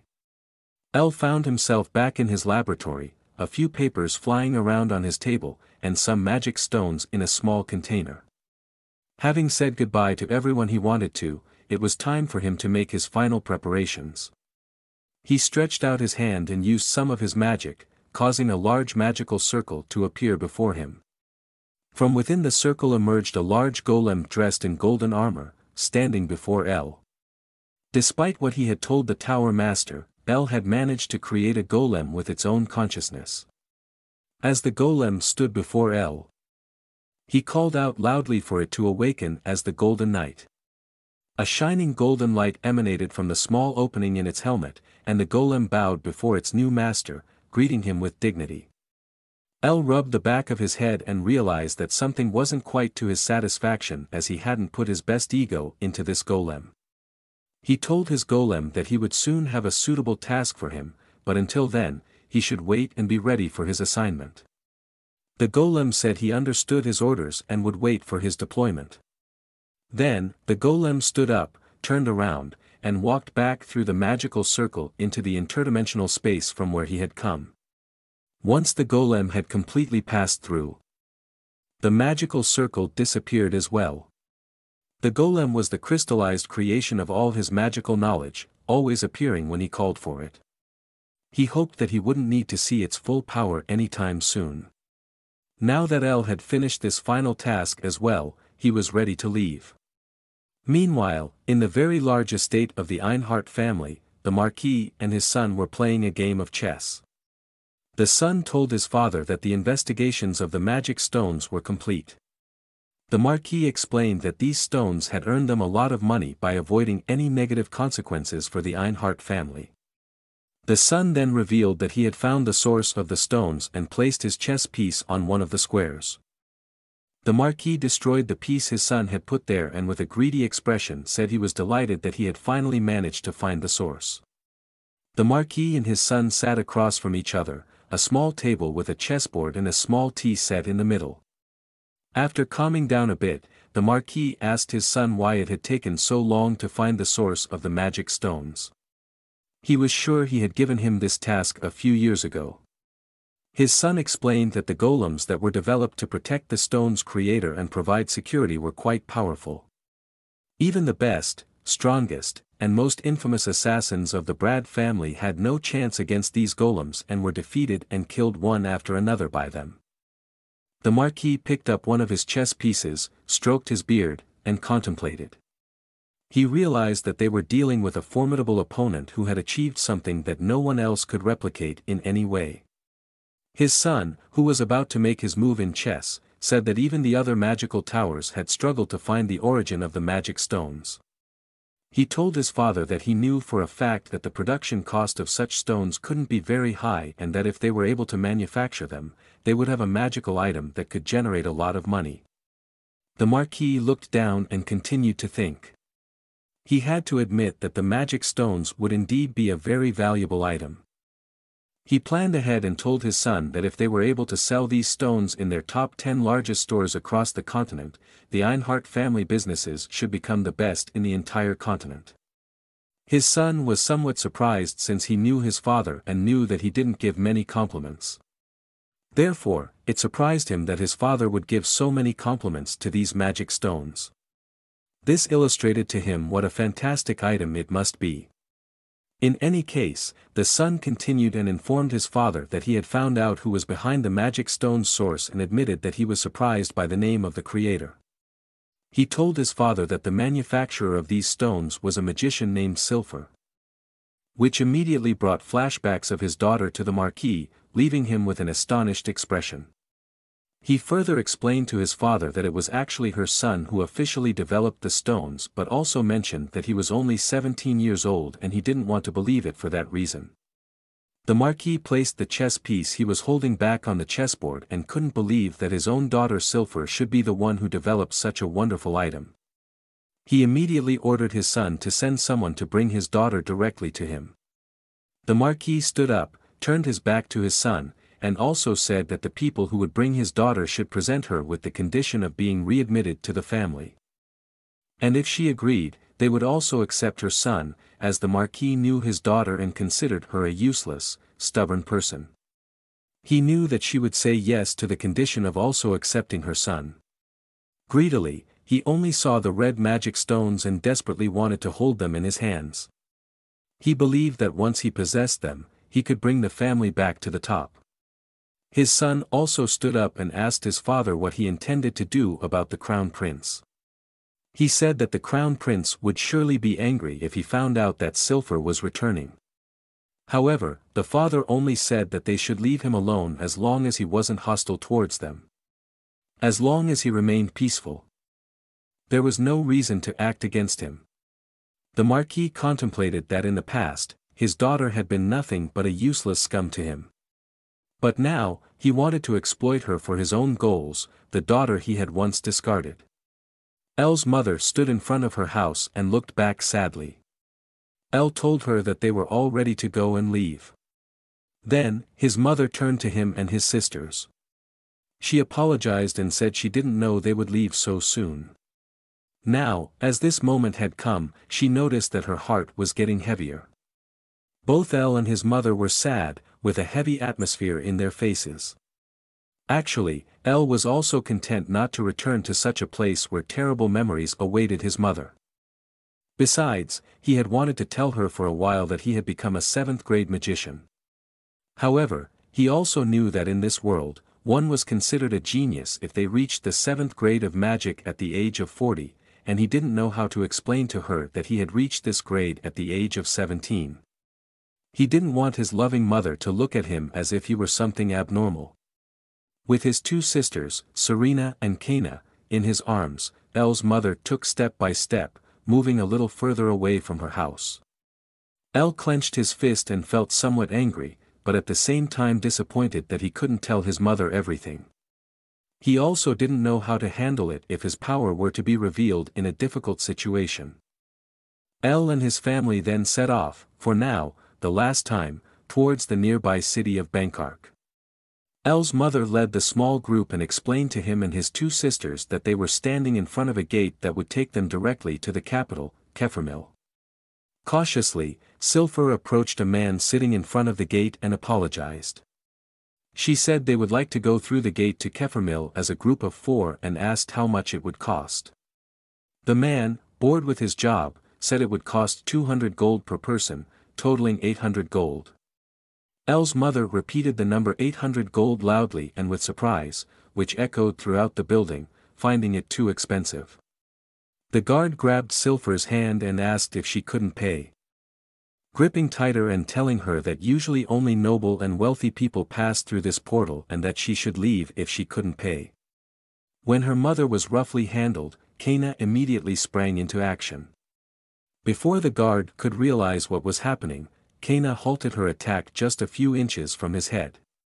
With an angry look, she warned the guard not to dare touch her family and demanded that he let her mother go immediately. This surprising reaction not only stunned El but also his sister Serena and their mother Cilfir. Even the guard was taken aback by the sudden outburst but subsequently released Cilfir and stepped back slightly. Suddenly, another guard appeared in the small room with the portal.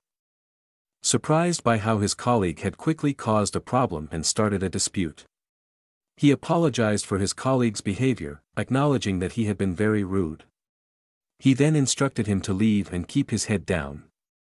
After that, he explained to El and his family that it would take half a year to walk to the Blired Kingdom, and therefore a total price of 400 gold was initially set. To their delight, he informed them that for 4 or more people going through the portal, a discount would be applied, and they would only have to pay 360 gold. El could hardly believe they almost paid 800 gold. His mother told him that she already knew the price would be around 400 gold. Subsequently, El handed the agreed price to the friendly guard, who immediately got everything ready. The guard asked El and his family if they were visiting the Royal Bliard for a vacation, to which they explained that they were moving there. The guard remarked to Cilfir that she must feel safe being a part of such a reliable family, at which point everyone looked at Kaina, who had just defended her family like a protective mother lion, just in a different way. After the preparations were completed, the guard asked them all to stand in the middle of the magical circle as they were about to be teleported any moment. El, his mother Cilfir, Serena, and Kaina gazed at the magical circle, eager to see what would happen next. A small blue beam of light descended upon them, causing them to dissolve into smaller blue sparks that rose into the air, where the blue light originated from. Together, they landed at a small location in the middle of Cilfir, right at a teleportation gate. Upon their arrival, Serena asked if that was all, to which Kaina replied that it certainly seemed so. El and his sisters marveled at the sight of a small city with a large bell tower, realizing that it must be Cilfir. Their mother pointed to a building and said they would stay there for the day.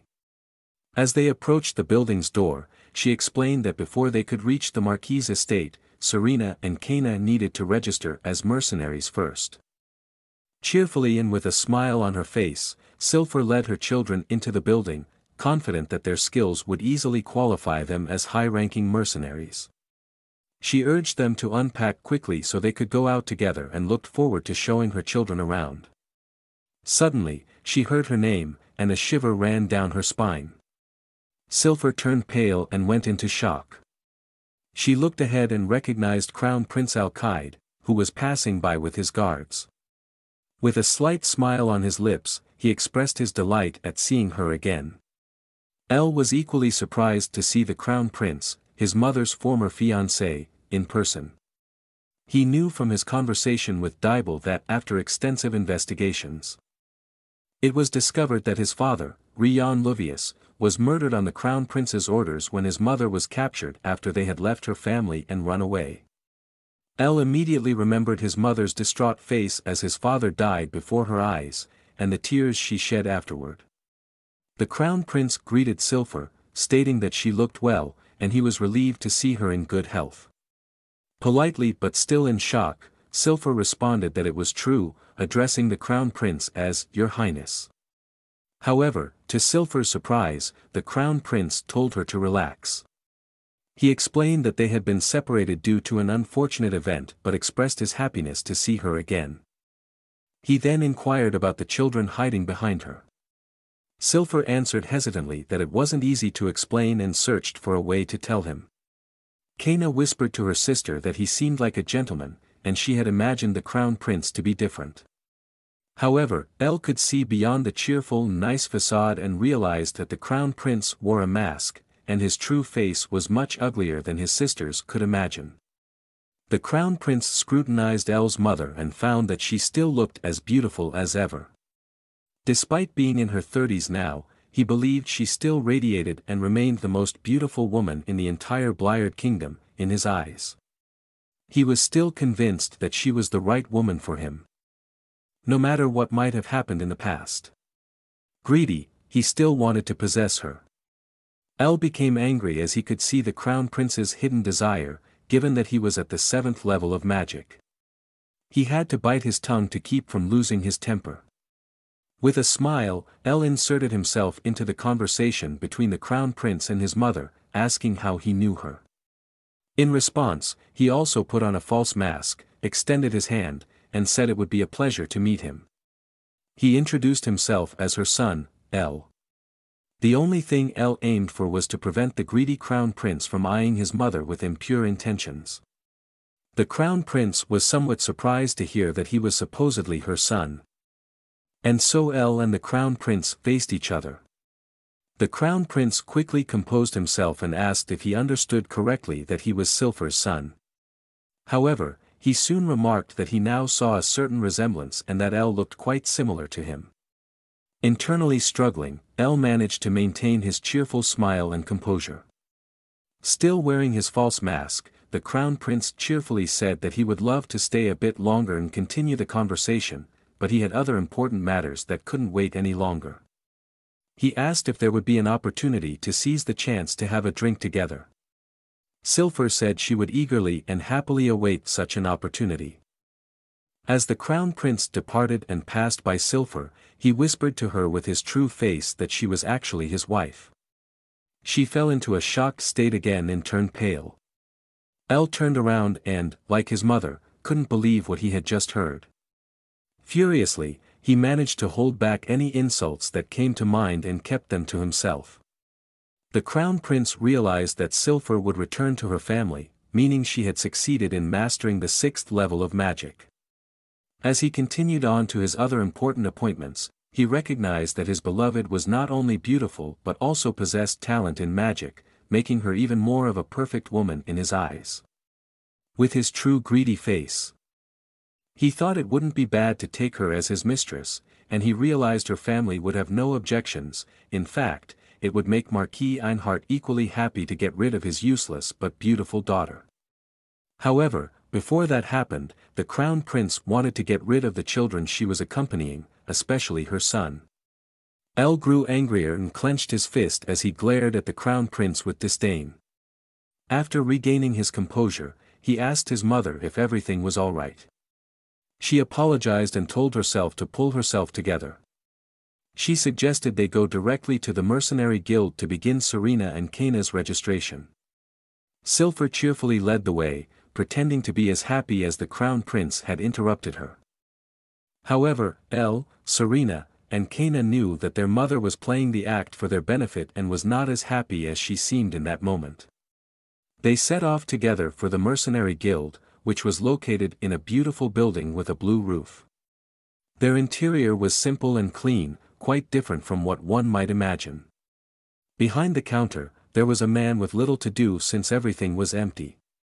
Cilfir approached the man at the counter and apologized for the interruption. She explained that her 2 daughters would like to sign up for the mercenary recruitment process. The man at the counter welcomed them and explained that there were different ranks among the mercenaries, ranging from F rank to B rank. He also told them that to determine their rank, they would have to fight against the guild master, who held an A rank position. Soon after, a middle-aged man arrived, giving off a very pleasant impression as he hummed and laughed cheerfully. He recognized that the 2 young women wanted to fight against him today to be assigned a rank. He asked if they were sure and really wanted to take the test since they were too sweet for it. He said it was okay, though, and they could go ahead with the test. However, he made a suggestion that they both fight him simultaneously, as he was not convinced of their strength. Moreover, he further infuriated them by saying he would go easy on them so as not to hurt the two lovely ladies. Serena and Kaina were not pleased with how they were being treated and became a little angry. They both called out each other's names and agreed to give it their all to show the arrogant guild master that he was wrong and they didn't need any special treatment. They entered a sort of coliseum or arena and prepared to begin the examination. The guild master stood in front of them and said they could start any time they were ready. He also told them to do their best. Though he might have been somewhat arrogant, he was by no means a bad guy. Serena and Kaina asked if he was serious about them giving their best. He replied that he was sure, and they shouldn't worry about him getting mad at them. At the same time, Serena and Kaina were ready for their test and began it. Kaina unsheathed her sword and charged at the guild master, enveloping her sword with fire and hitting him. But before he could recover, Serena was also preparing an attack, using her wind magic, which also hit the guild master and sent him soaring into the air. When their magic had dissipated and Serena and Kaina waited for their evaluation from the guild master, the sun shone down on them, and they glittered in the sunlight. Completely overwhelmed and utterly surprised, the guild master lay on the ground and awarded both of them the B rank. L was visibly delighted and congratulated his two sisters on achieving the highest possible rank, telling them they did a great job. Serena then said they were really relieved that things went so well. Kaina asked L if this would be enough and if they were good enough to protect their mother. However, their mother was completely lost in thought and didn't even pay attention to her daughters. It was only when they called her name that she suddenly turned to them and asked what was going on. Without having seen anything of the test, she said that the two had done a great job and were truly amazing. L knew that his mother wasn't doing so well and had a small trauma caused by the crown prince. It was nighttime, and the lights from the houses shone outside.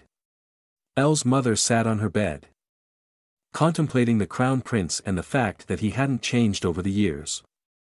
She realized he was still obsessed with her and would do anything to make her his lover. She also knew that if that were to happen, L would end up just like Rian. L meant everything to her, and she would sacrifice anything she could to protect him. She couldn't bear any harm coming to her own child. Originally, she had planned to secretly return to her family without drawing much attention.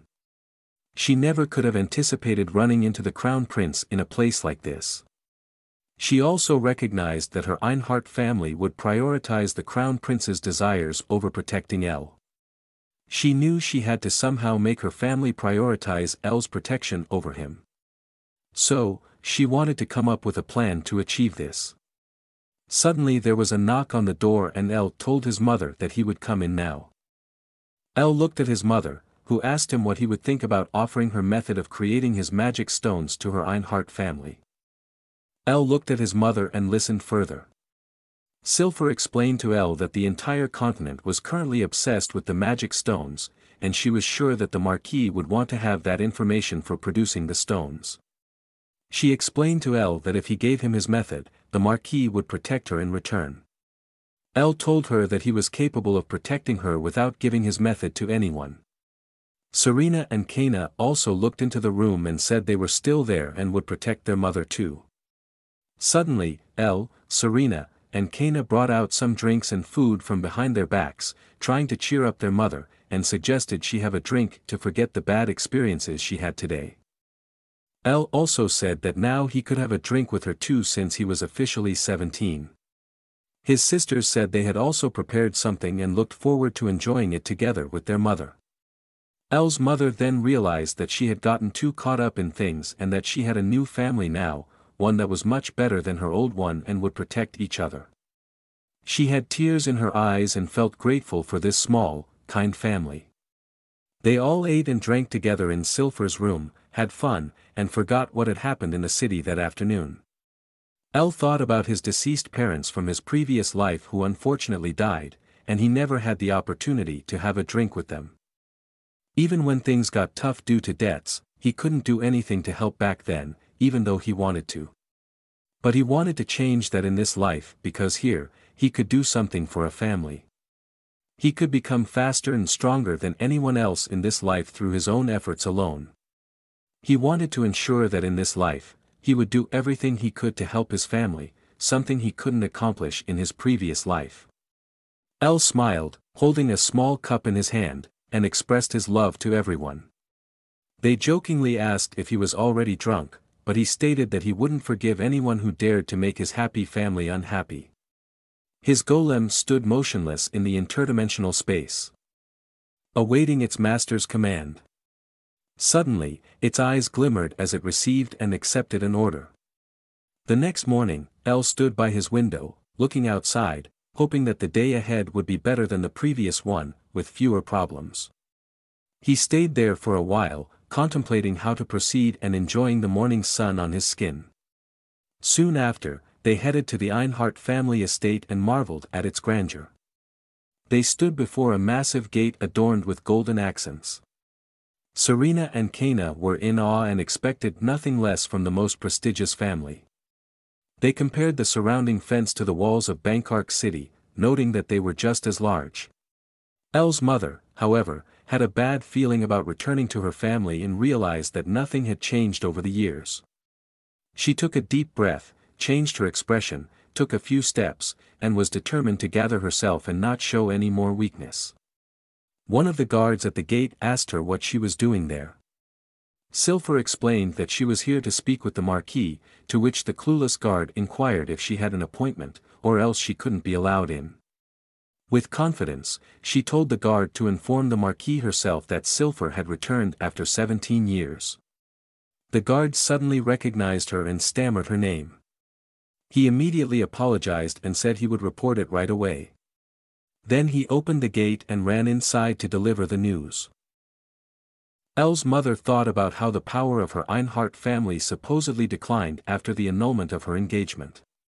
She also recalled that when she was expelled, her father was so devastated that he refused to eat or drink for a month. She looked through the open gate at her family's estate and tried to see the good in her father. She knew that her former lover, Rian, was executed on the crown prince's orders, and her father didn't really want it. She remembered how he had screamed, saying she should be grateful that he had killed her beloved, and she wondered why he had said such a thing.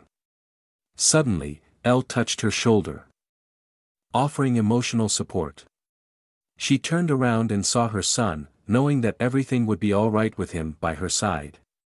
She also touched his hand. Then her father and brother came up the driveway, calling her name.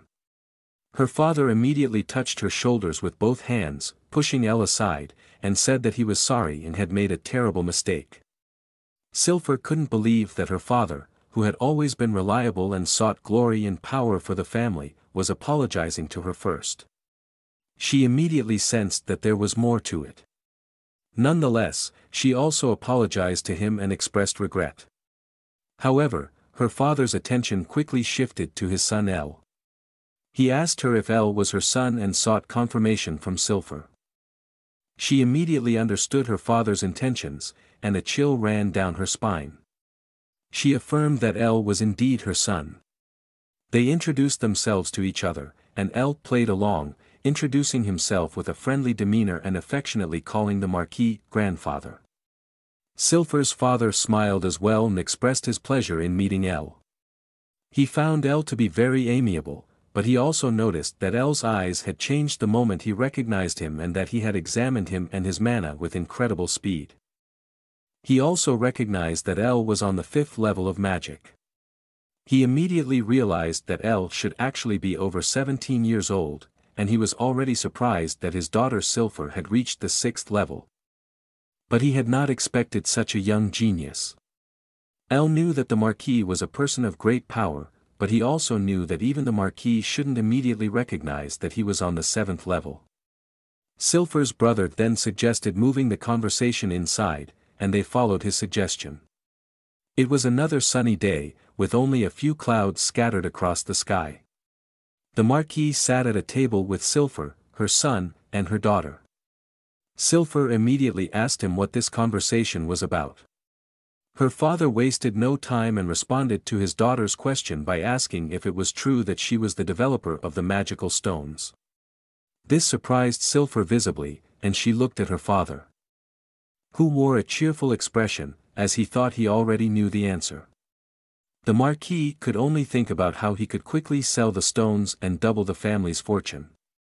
He also thought about how much influence it would give the family over the mages in the kingdom.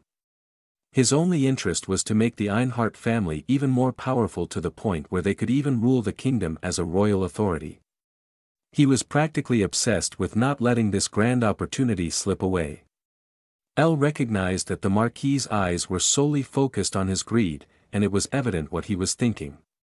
Continuing, the Marquis expressed hope that now that his beloved daughter was back, they could be open with each other. He also stated that it was her duty to contribute to the improvement of the family. Cilfir clenched both hands into fists, unable to believe that she had heard the words duty and family in the same sentence. However, she composed herself and told her father that there was a condition for her contribution. The Marquis was curious and asked what condition she had in mind. Cilfir loudly exclaimed that he should make her son Elle the Marquis. This astonished everyone present, including her own son. They all couldn't believe what she had just said and asked her if she was serious. Cilfir said she was serious and explained that Elle was actually the one who had developed the method for creating the magical stones. And she had done nothing herself. She also told her father that he had noticed it himself when he examined Elle's mana and knew that her son was at the 5th level of magic at just 17 years old. Elle was surprised that his mother had found this out as well. Cilfir further explained that among all 10 mages on the continent who had reached the 8th level, no one had reached the 5th level at such a young age. She also said that soon her son Elle would become a very powerful mage who would shake the entire continent. She continued to emphasize that the magic stones and their value were recognized throughout the continent and, combined with the fact that he was the world's greatest mage prodigy, would be enough to make the Ainhart family the largest family not only in the Bliard kingdom but also in the entire continent. Cilfir continued to put pressure on her father, asking him with all the confidence she had built up if he would accept her condition. However, her father said that he couldn't make such a big and difficult decision on the spot. But Cilfir didn't want to hear that answer and directly told her father that she came here with the plan to designate her son Elle as the successor, and he had to make a decision now. Her father was surprised by her confidence and strong words, as he had not expected this from her. But Cilfir wasn't done yet. She told her father that Elle would eventually become a much better mage than he was. And if he didn't give her a positive answer to her question, she wouldn't reveal the secret behind the magic stones to him. Her father was completely bewildered. He had never seen his daughter like this. Normally, Cilfir obeyed him and was as docile as a little kitten, but now he was witnessing a different side of his daughter, the one of a lioness defending her newborn. The Marquis said that he needed some time to think about this proposal and wanted to do so right away. Cilfir told her father that she would look forward to his answer if it turned out positive, and that she would be waiting for his decision. Then she and Elle left the room and walked along the hallway. Elle looked downcast and wanted to talk with his mother about what she had just proposed to his father. However, his mother turned around cheerfully and reassured him not to worry. Suddenly, Serena and Kaina came out of their room, having heard their brother and mother's voices, and were quite curious about what important family matters were being discussed. Cilfir embraced her other 2 children and apologized for leaving them alone in the room. Elle stood apart and continued to think about what had been said during the conversation with the Marquis and his mother. Kaina asked Cilfir if she was okay, and Cilfir confirmed it. She then asked if they had already received a detailed tour of the rooms. If not, she would now take on that task. Elle then made his way to his room, his thoughts still revolving around the conversation with the Marquis and his mother.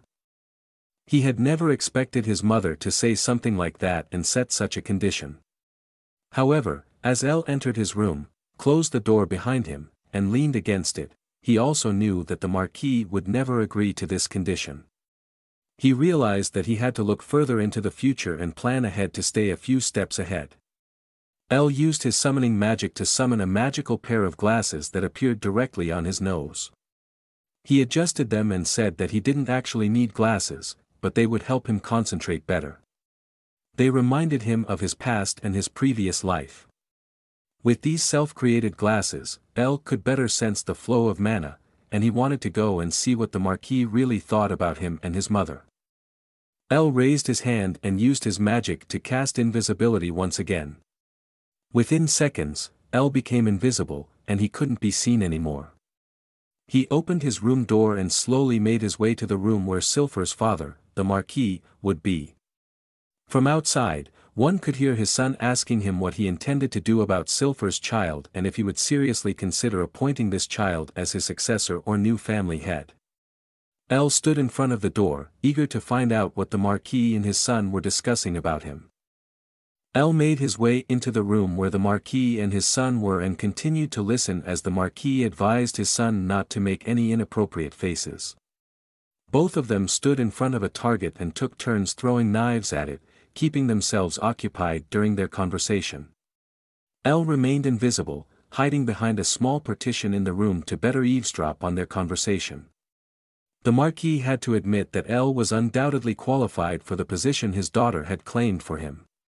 While playing with one of the knives they were throwing at the target, the Marquis continued to praise L, acknowledging his talent and impressive achievement of mastering 5th-grade magic at the age of 17.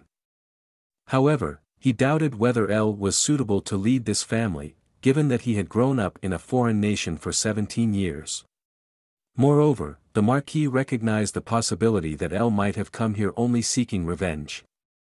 As the Marquis threw another knife, it almost stuck in the center of the target and wobbled slightly.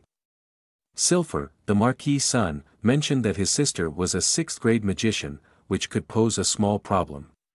After his father was in the process of taking out another knife from a pile, he said that they had 20 mages here who were at least in the 6th class and that they would never lose in a direct fight against Cilfir and her son L.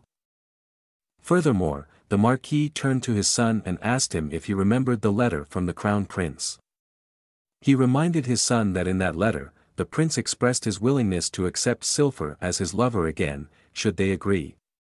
The son questioned if it would work and raised the objection that his sister might already know and resist again.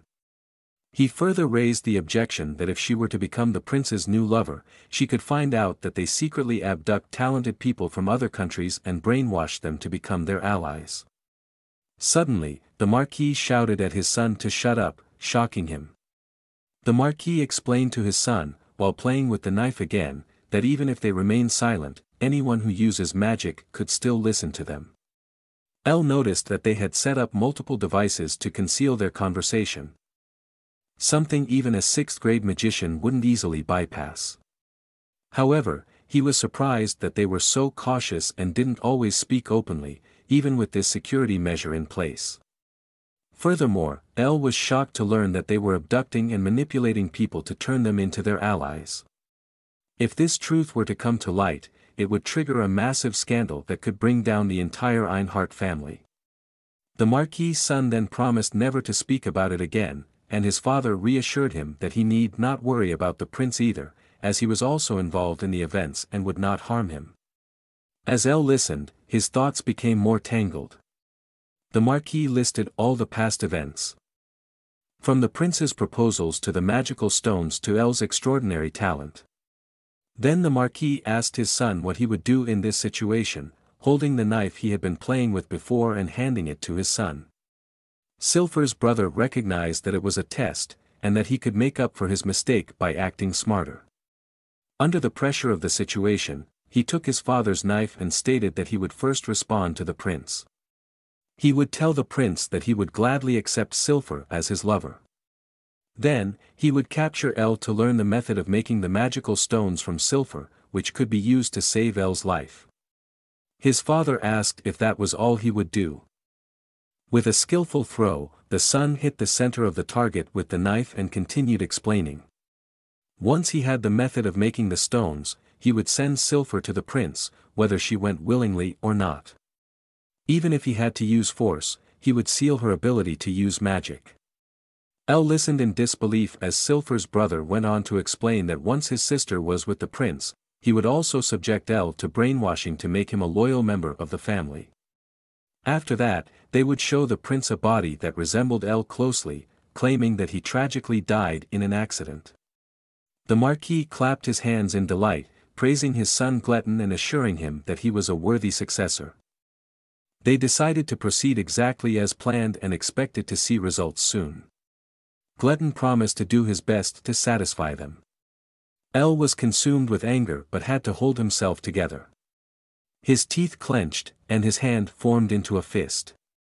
He realized that this family was even colder and more heartless than he had ever imagined.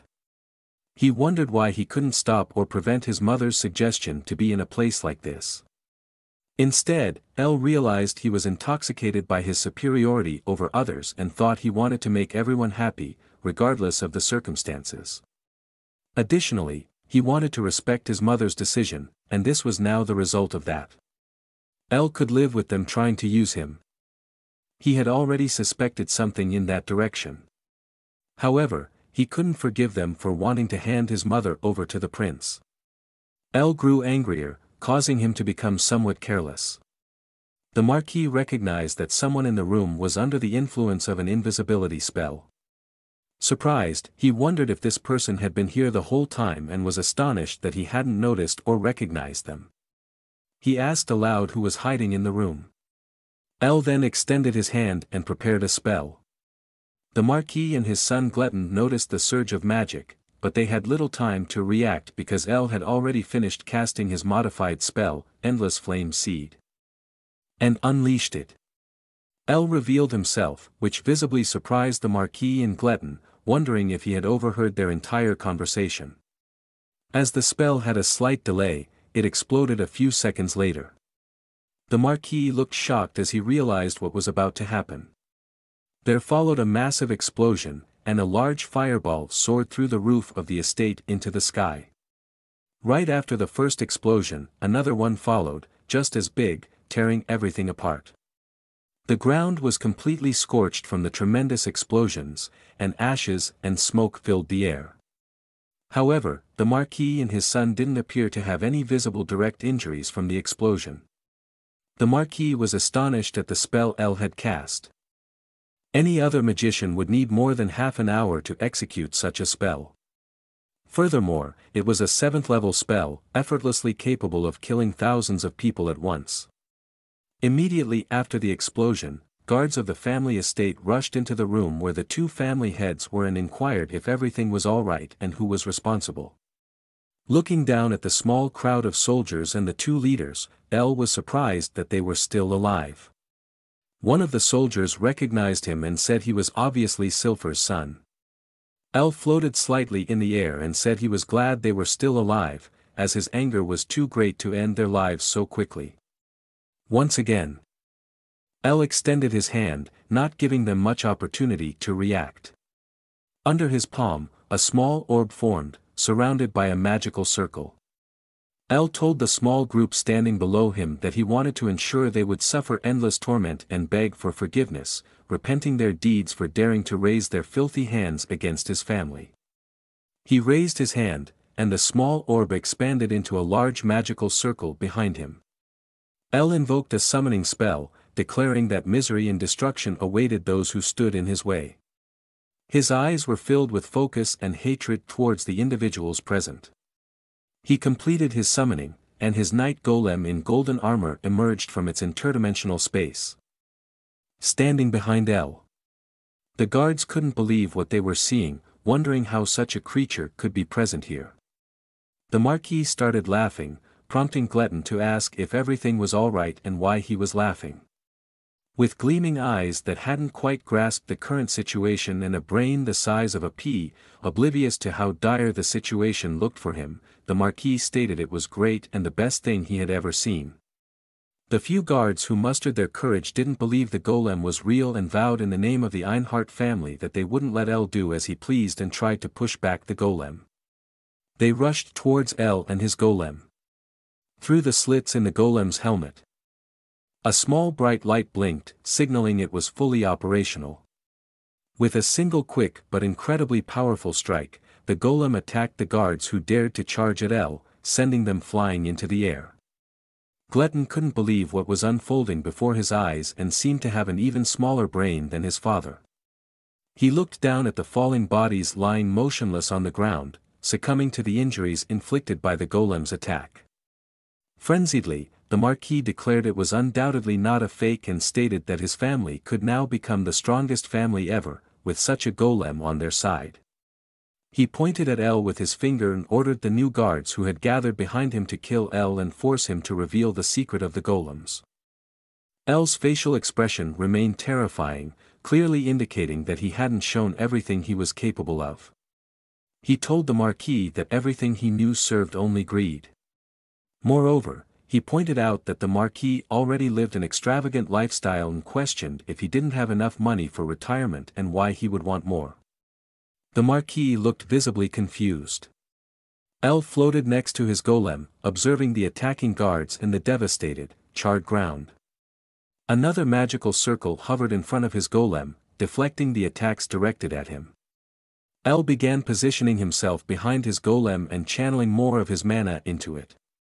As a result, his mana spread out in waves around him, pushing back all the present individuals slightly.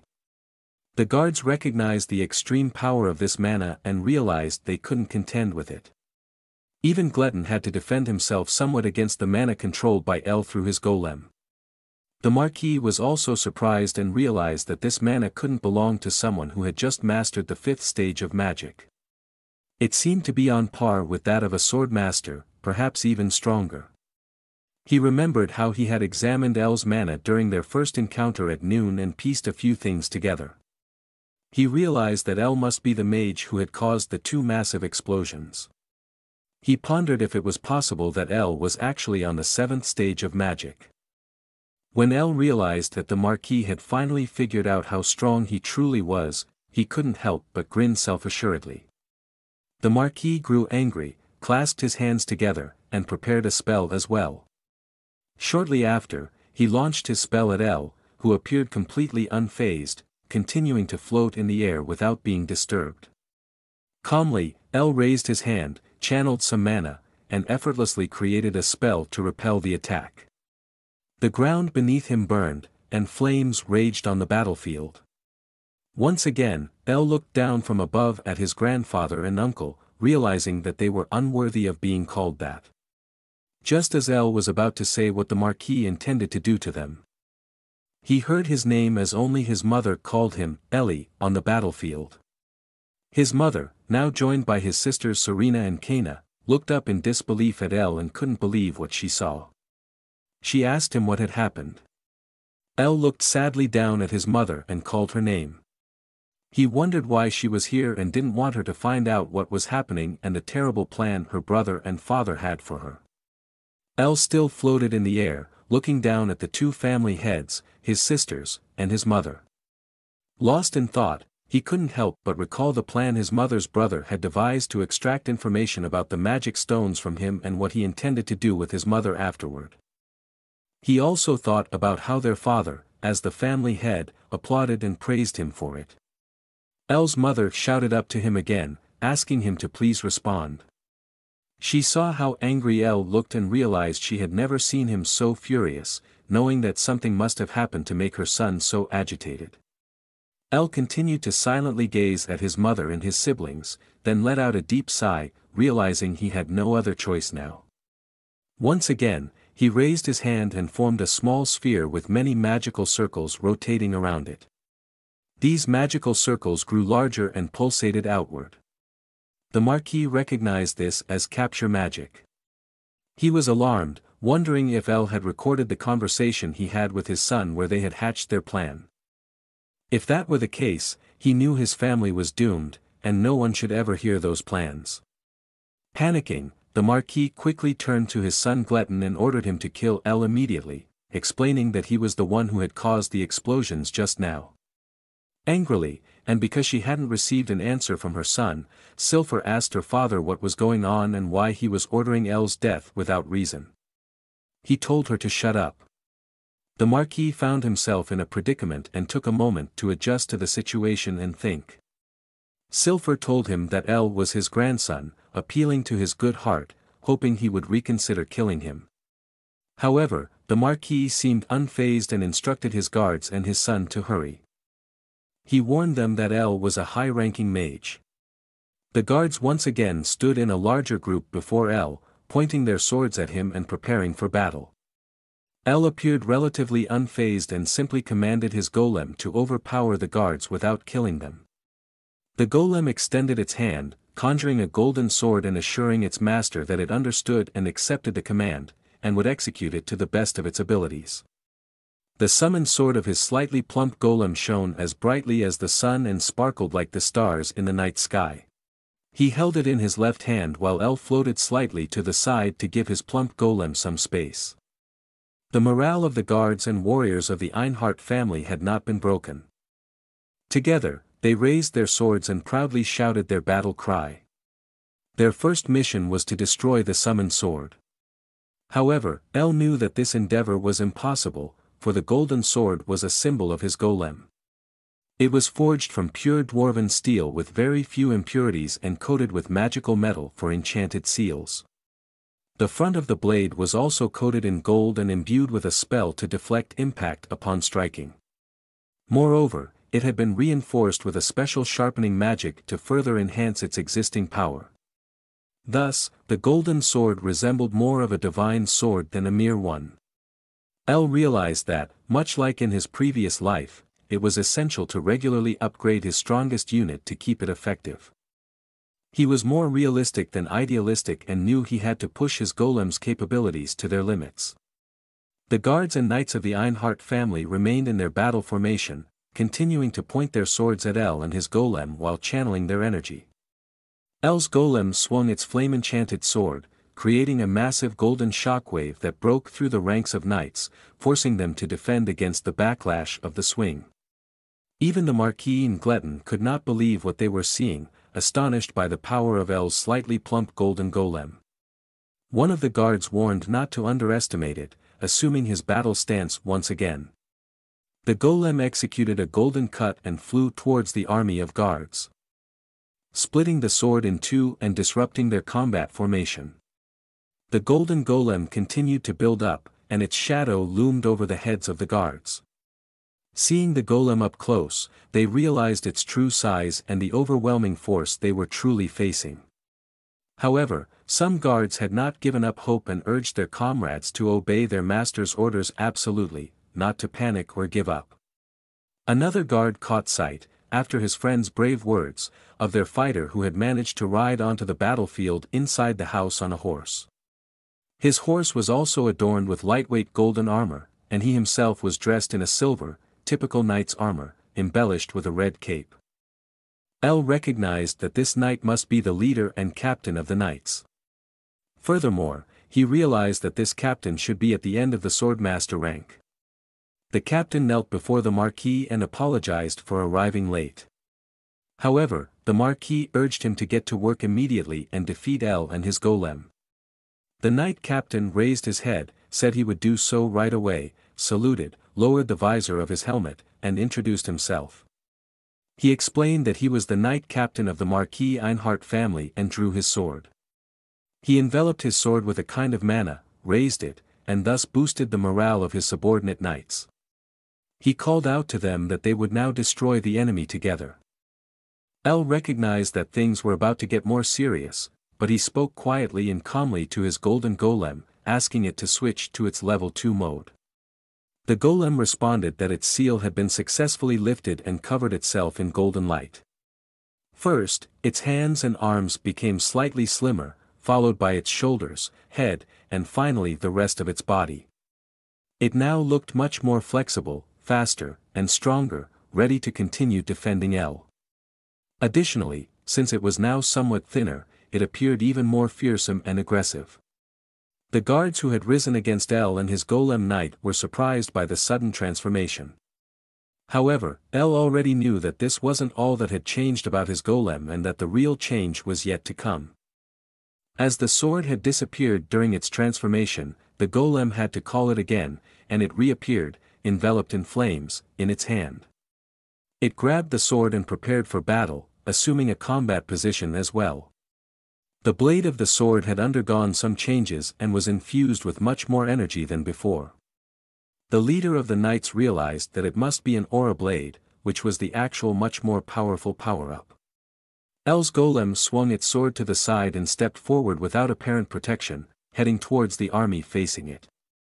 The captain did the same, also swinging his sword, and asked if he looked so weak that he could approach without any cover. He also claimed that even if the golem now had an aura blade, it still posed no threat to him. Both prepared for a strike and simultaneously clashed their swords, causing a tremendous recoil and shaking the ground. The impact of the two swords illuminated the surroundings, forcing everyone involved to shield their eyes from the bright light. Only L continued to watch the spectacle, completely focused, and still filled with immense hatred towards the Marquis and his son, Gledon. As the bright light from the clash of swords dissipated, the knight captain was left bleeding, while L's golem stood before him unharmed. The bloodied blade of the knight captain was lodged in the ground, and he succumbed to his injuries, falling to the floor. He couldn't believe what had just happened and that he had been defeated. His injuries were so severe that he died in that moment. The guard standing under him couldn't fathom how their leader had been easily taken out with a single strike and lay on the ground. This visibly shook the morale of the army. However, the golem didn't pause and immediately launched into the next attack. It swung its sword, unleashing a flaming energy blade, and once again attacked the Marquis, Gledon, and the army standing behind them. The Marquis managed to shield himself and his son with a protective spell that intercepted the golem's attack. However, the attack was so powerful that the shield only held up once before shattering. Nonetheless, the army behind them was still hit by the attack, and soldiers were sent flying across the battlefield. The Marquis and Gledon were forced to look down at the bodies of their guards and realize that these weak guards had died too easily and quickly. L also noticed that reinforcements for the family heads were approaching again, and he saw some mages in black robes moving forward on the battlefield. However, this didn't surprise him, as the Ainhart family was known to possess an army as vast as a mage tower. Nevertheless, he wasn't willing to let the matter rest and was already planning his next moves. Before he could put these plans into action, he turned to his mother and summoned a sphere containing his recorded memories. He explained to her what he intended to do with it and asked if she was ready to see the truth. She replied that she was indeed prepared and knew that her son L had a good reason for acting the way he was right now. She understood that something important must be contained within her son's memories, prompting him to attack the entire Ainhart family, including her father and brother. L handed her the small sphere with his memories, and the Marquis observed this. However, he knew he had to intervene, and his daughter mustn't see it under any circumstances. He glanced at L's golem and realized he couldn't get past it, as the golem's abilities far surpassed his own. Only one of the 10 grandmasters should currently be able to do something against this golem. Anything else would be impossible. Furthermore, he realized that even if L were a 7th-tier mage, he and Gledon, along with the family's magicians, only had a slim chance of stopping him. Desperately, he understood that even if he managed to escape and elude L, his own family, which he had built up with his own hands and strengthened at any cost, would be destroyed. L cast a protective spell to shield his mother from external influences, allowing her to peacefully observe her son's memories. Magical circles appeared around L, as with any other spell.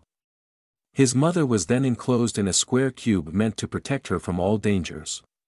Panicked, Serena and Kaina called out to their mother, but they couldn't see the interior of the cube as its walls were obscured. Meanwhile, Cilfir held L's memories in her hand, and they expanded around her. She saw the memory of her father and brother discussing the prince's letter and deciding to present her as his lover. Additionally, she realized that the Ainhart family had abducted many promising talents from other countries and subjected them to brainwashing to serve the family loyally. She came to understand that the prince was aware of all this and involved as well. Then she saw the memory in which her own brother explained his plan to their father, which involved delivering Cilfir against her will to the prince. Perhaps they intended to seal her magic and capture El, and then use him as leverage to force her to reveal the method of making the magic stones.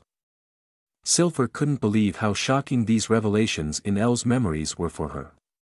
Through further memories, she learned that her father and brother also planned to subject El to brainwashing to make him loyal and show the prince a different body resembling El's to fake his death. When Cilfir saw her own father praising her brother for such a plan, she clasped her hands over her head, and her world crumbled. She was on the verge of tears and fell to the ground. She tried to hold back her emotions, recalling the first words her father said to her upon her return, expressing regret for sending her away.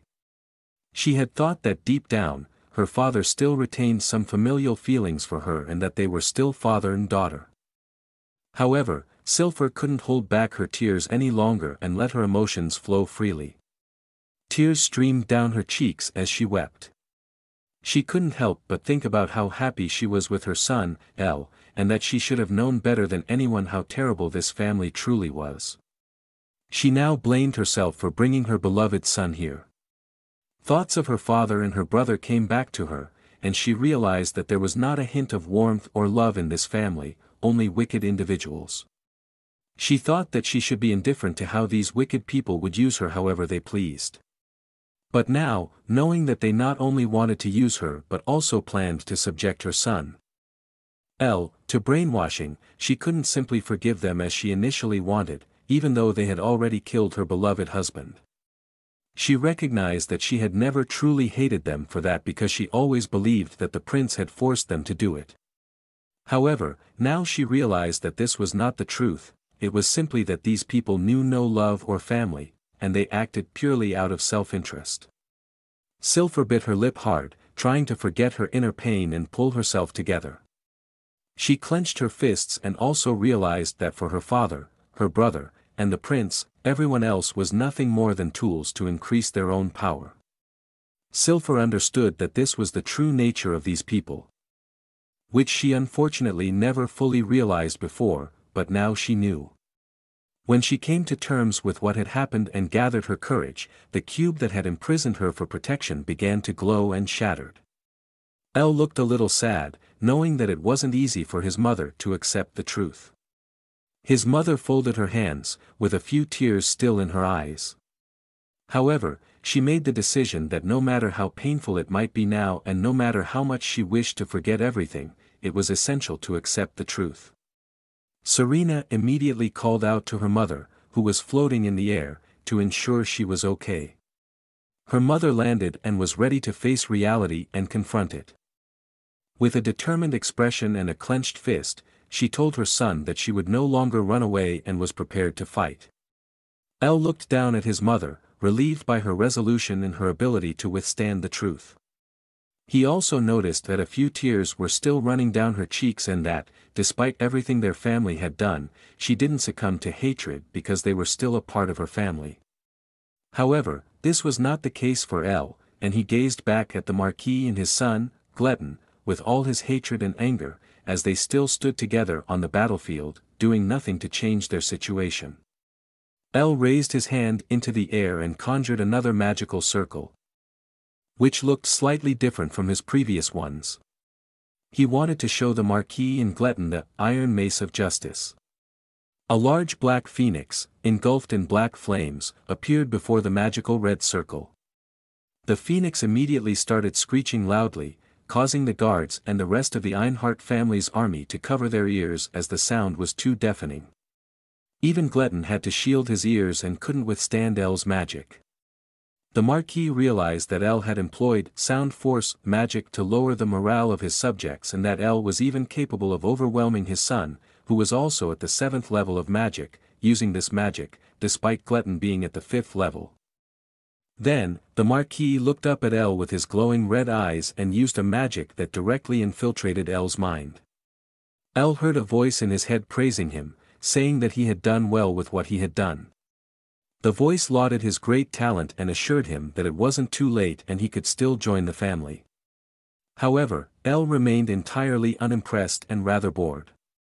The Marquis greedily eyed El and continued with his magic, attempting to manipulate El further with his voice. He claimed that it was a great loss not to welcome someone as talented as El into his family. Furthermore, he offered El a deal: if he switched sides, the Marquis could arrange for his family to forget everything that had happened that day. They could lead a normal life, and he would guarantee the safety of El's mother and his two sisters. Then he asked El what he thought about this idea. El still looked down at the Marquis, feeling a strange sensation as he heard the voice in his head. He wondered if this was the brainwashing spell.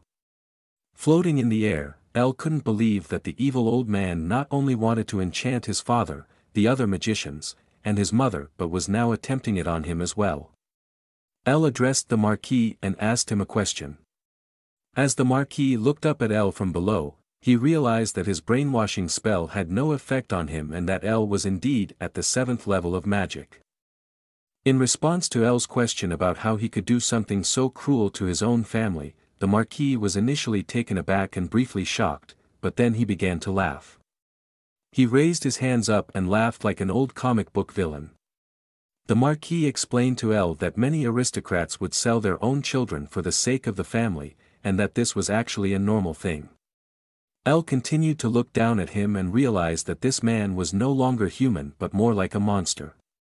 The Marquis then asked El where he had learned such magic and praised him for reaching the 7th level at the age of 17, which was an impressive achievement. El understood that he was actually speaking to a monster, only interested in extracting his secrets. He floated down a bit, still above the Marquis, and told him that he had learned everything on his own and no one else had taught him these skills. The Marquis couldn't believe it and expressed his doubts. However, El reiterated that this was the truth, and he had truly learned everything by himself. The Marquis still didn't want to believe him and stated that it didn't seem like he would learn the truth from him. In response, El said that he detested and hated people like the Marquis the most, people who viewed their family as tools and treated them accordingly. Nevertheless, El raised his hand and made a proposal to the Marquis. Curiously, the Marquis asked what it was. El asked him if he would be allowed to leave with his family and spread the truth about what he, Glutton, and the prince had done. In that case, the Marquis would be in trouble. The Marquis wanted to know where El was going with this. El held a small golden coin in his hand and explained that this coin contained his memories, which he had captured using his magic. The Marquis was shocked. El knew that this truth would threaten the Ainhart family, but he also realized that the fact that the prince was involved in the kidnapping and brainwashing was equally severe. If it came to light that the prince was involved, countless battles against the kingdom would be waged by various families, which could possibly lead to the downfall of the mighty kingdom of Bliard. El looked at the coin and saw the reflection of the Marquis and his son. He said that they could prevent him from spreading this information and thus the truth by fighting against each other without interference from outsiders. He explained that he believed he could only feel better if they had an honest fight with each other. He also assured them that if they managed to defeat him, he would destroy the coin and disappear. The Marquis told his son to prepare himself, leaving the son somewhat shocked as he turned to his father, not quite understanding what was going on. The Marquis explained to his son that it would be more advantageous for them to attack simultaneously and urged them to do their best. His son had the same insane grin on his face as his father and agreed. El looked down at his two opponents and realized that it was time to get serious. He touched his head with a finger and used some magic. Then he prepared for an attack, holding an orb in his hand. He told the Marquis and his son that they were underestimating him greatly and angrily fired his magic at them, showing them what desperation feels like. However, the Marquis and Glutton were able to directly counter El's first attack with a counterspell that looked much darker than the spell El had cast. When the two spells collided, there was another tremendous explosion. Meanwhile, elsewhere, a person knelt before their king and greeted him. The king told the person that they probably had already heard, but still informed them that there were witnesses reporting the use of 7th level magic. The man with red hair, Duke Clion, who was kneeling before his king, confirmed that he had also heard about it.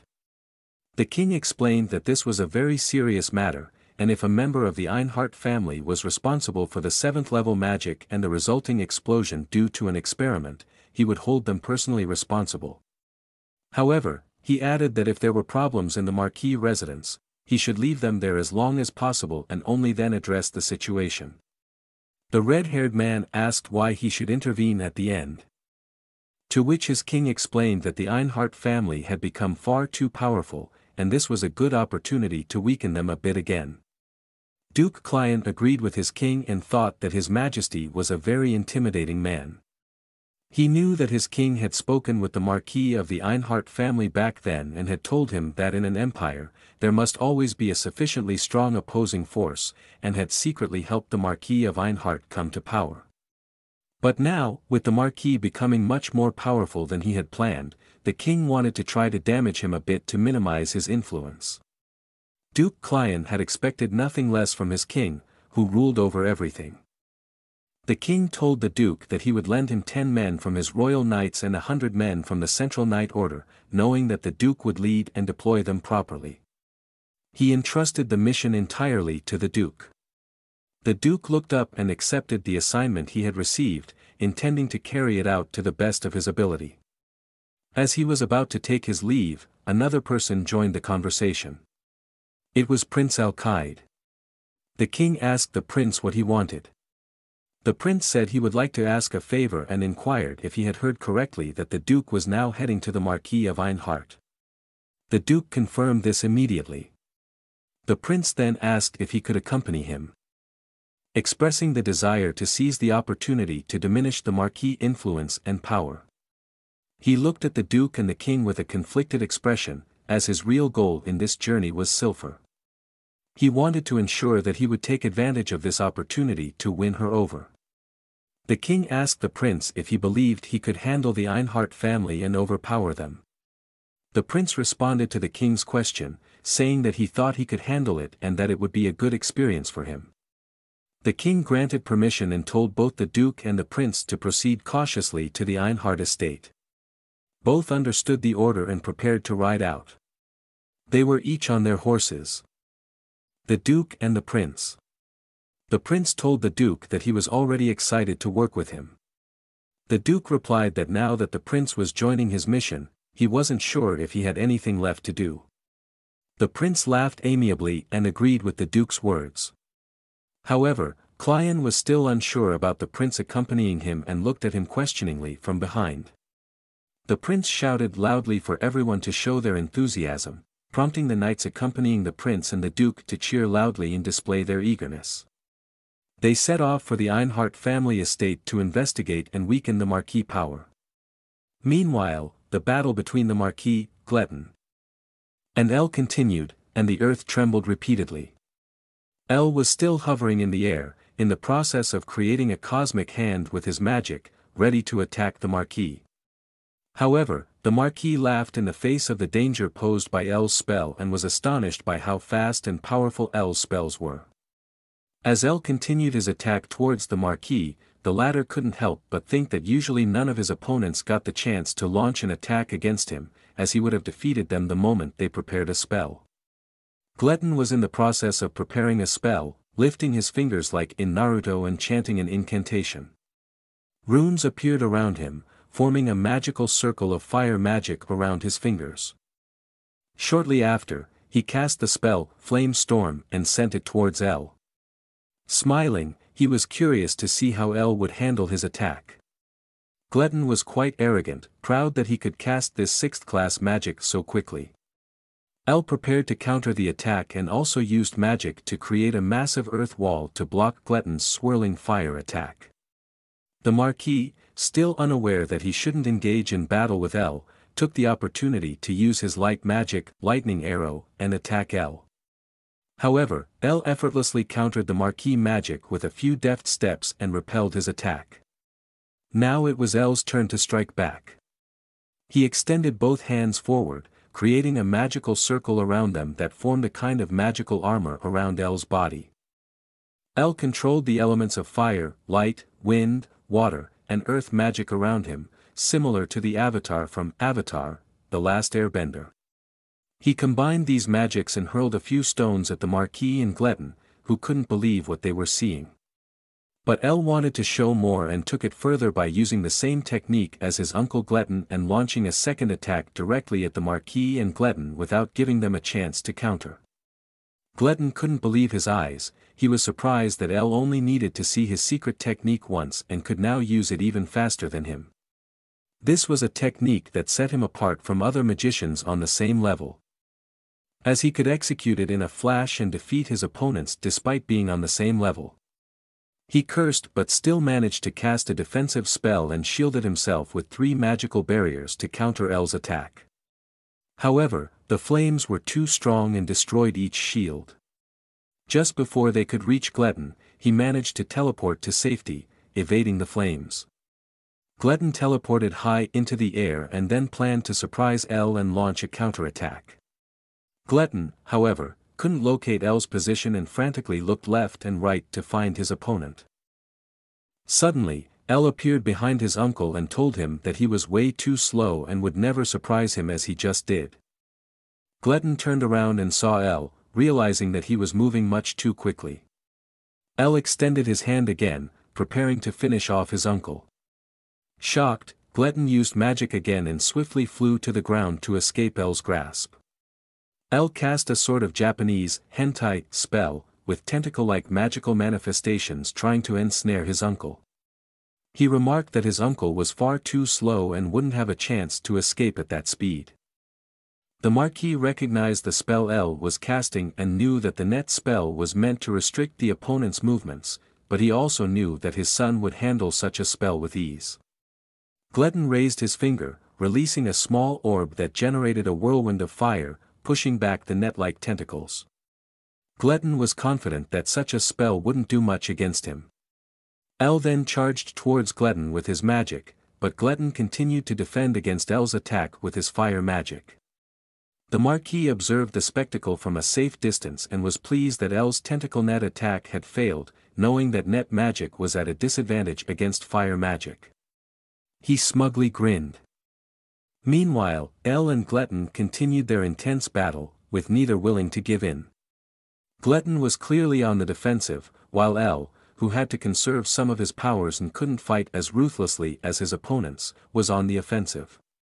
The Marquis saw another opportunity to launch a surprise attack. The sky darkened, and lightning flashed through the dark clouds. The Marquis extended his hand toward the sky, and mage runes formed around it again. He praised his son for holding El back, allowing him to prepare his spell. Everything was going exactly as he had planned. He looked to the sky, confident that the next attack would defeat El. When he was ready, the Marquis shouted, "Thunderstrike!" And a massive bolt of lightning crashed through the cloud cover, heading straight for El. Gletton and the Marquis had already put on the victorious smile, knowing it should be over any moment. The lightning continued to approach El, who stood motionless and made no attempt to defend against it. He faced the lightning with the same look as a deer facing car headlights at night. But at the last moment, he grinned and summoned a massive lightning rod using his magic, intercepting the entire lightning bolt before it could touch him, rendering the Marquis' attack completely ineffective. The Marquis couldn't believe it and found it impossible what had just happened before his eyes. It made no sense to him. El told him that his attack wasn't bad, and he had indeed surprised him. Still unable to believe that El had successfully defended against his thunderstrike, the Marquis asked what kind of magic it was. El then turned around and asked him with a smile on his face why he should reveal it to him. He said it would be foolish to share such important and valuable information with his enemy.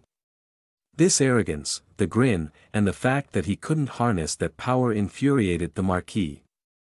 El looked at his lightning rod with pride, realizing that it was highly effective, successfully absorbing all the light magic. He knew that normally, fire magic is considered the opposite of water magic. But as a defensive method, water magic wasn't very effective, as fire magic could boil the water and burn the water magic user. From a young age, El had conducted a lot of research because he was curious about the different types of magic. He discovered that the best way to counter fire magic was with earth magic, and water magic could be best fought with plant magic. Against wind magic, stone or iron magic would be most effective. Only what to use against lightning magic had puzzled him, as it was more complicated than the other types of magic. He knew that weak lightning magic could be easily stopped by stone or iron magic, but if it were strong lightning magic, simple stones or iron wouldn't suffice. That was when he remembered his old readings about lightning rods in his world. This was the first time El had tried this kind of magic, and for a first attempt, the result was impressive. It had worked perfectly, neutralizing a 7th-level lightning spell. El took the opportunity to look down at Gletton, who was also surprised that El had countered his father's magic with his unknown magic. For a second, Gletton forgot that he was in the midst of a life-and-death battle. El seized the moment and shouted to Gletton that this would be his end. He conjured his cosmic hand again, which appeared from a portal right in front of Gletton and delivered a powerful slap, sending him flying to the ground. Defeated and bloodied. The Marquis looked shocked at his son lying on the ground and couldn't quite grasp what had just happened when El already declared that it was now a one-on-one fight. El looked down at Gletton and realized that he would likely be bedridden for a year and unable to move. He pointed at the Marquis and told him that he would be next. El used his flame arrow magic, creating a large number of magical arrows in the night sky, illuminating it, and ready to descend upon the Marquis. Fearfully, the Marquis held his hands forward, realizing that El's magic was no joke, and his situation was more serious than ever before. He tried to cast a shield like he did before to defend against El's attack and then countered with his flame burst spell, hurling it directly towards El. However, El easily deflected this spell as well and responded with his Infinity Magic Arrow spell. He created arrows in the sky, directly targeting the ground beneath him, only much smaller, but as the name suggests, an infinite number of them. El explained to the Marquis that although these arrows might be smaller and weaker individually, their infinite quantity made them extremely powerful. The Marquis didn't know how to respond and simply looked amazed into the air. As the arrows descended upon him, he once again used a shield magic to protect himself. El's arrows rained down, one after another, on the Marquis's shield, visibly putting it under pressure and pushing him back. The arrows kept coming, and the shield was on the verge of giving in to the enormous strain. Even in his current situation, the Marquis couldn't believe he was struggling against such inferior magic. He wondered how he could be struggling so hard against a second-rate magician and realized that he was supposed to be called the most powerful magician on the continent. He looked at El and realized that he was merely fighting against a 17-year-old child. Suddenly, an idea came to the Marquis, and he questioned whether El was really only 17 years old. He thought that this understanding of magic and these sophisticated strategies should come from someone much more experienced and older. He wondered if this might be a prank by another great magician. He had no way of knowing that El was already in his second life and had lived a previous life as Kim Junsung. He looked at El and wondered who he could be and why his family had been completely destroyed thanks to him, and cursed him. Finally, the Marquis's shield broke like a shattered mirror into many small pieces. He looked through these shards and saw El's attack still coming towards him. The many arrows continued their path, and now they finally hit their target. The Marquis bled from several direct hits and fell back to the ground, lying there defeated and bloodied, just like his son. His guards couldn't believe what had just happened before their eyes and called out the Marquis' name to see if he was still conscious. Finally, El landed on the ground. His anger had not subsided, and he looked at the fallen Marquis with rage and hatred. He said that he wouldn't kill him and his son, as it wouldn't be an appropriate punishment for them. Instead, he wanted to take away their ability to use magic, just as they had intended to do with his beloved mother. The weight bearing down on the Marquis increased, pressing him further into the ground. El explained that he wouldn't kill them but still wanted to inflict more harm upon them. Runes formed around him, and he was about to unleash his spell, Bone Break, when suddenly, a loud bang echoed across the battlefield, and El came back to his senses. He turned to his mother and saw her, along with his sisters, still standing at the edge of the battlefield. L looked at his family with sorrowful eyes. At Serena, Kaina, and his mother, who told him that it was enough. She asked him to stop. L wasn't sure why she said that and remained silent, gazing at his mother in astonishment. His mother knew the talent of her son and how great it was, but she could hardly believe that at the tender age of 17, he had already reached the 7th level of magic and was capable of creating such a powerful golem that managed to defeat a sword master with just one blow, something no other magician had accomplished before. She realized that her little son had grown into such a powerful magician without her knowledge. However, she also knew that the person L was fighting against was her father. And even though she couldn't forgive her father and brother for trying to kill L or subject him to brainwashing, she couldn't allow L to kill her father and brother either. She told L that he had taught them a lesson, and it should be enough. She didn't believe her father and brother would ever again hatch and execute such plans. In the comments, you can write how naive this mother is and how unbearable it is that she wants to stop L from killing them. However, L said that he couldn't comply with her request. He looked at Gletton and his grandfather and said that if he let them go, they would be the type of people who would come back for revenge. His mother said that might be true. But it still wouldn't be right to kill them. Furthermore, she explained to L that he still had his memory magic, with which he could prove their plans at any time, and therefore they couldn't seek revenge recklessly as long as he could use those memories against them. L contemplated and realized that his mother might be right. Additionally, he thought about how if he were to strip the Marquis of his ability to use magic, the entire kingdom would turn against them.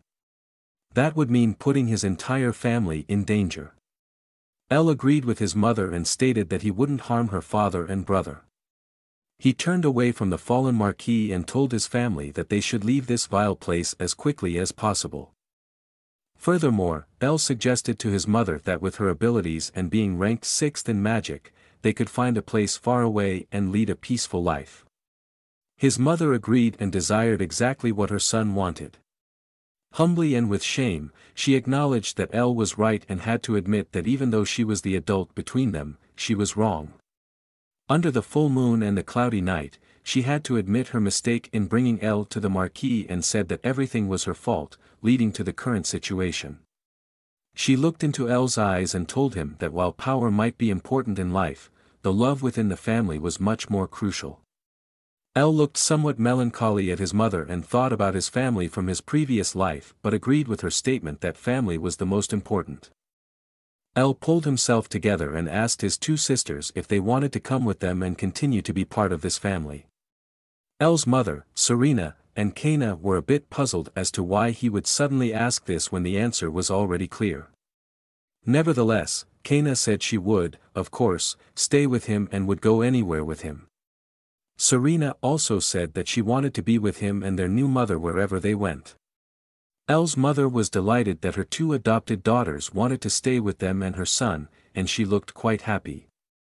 L approached his family and thanked them for their decision to accompany him. However, he still had something to do and turned around to summon his golden golem.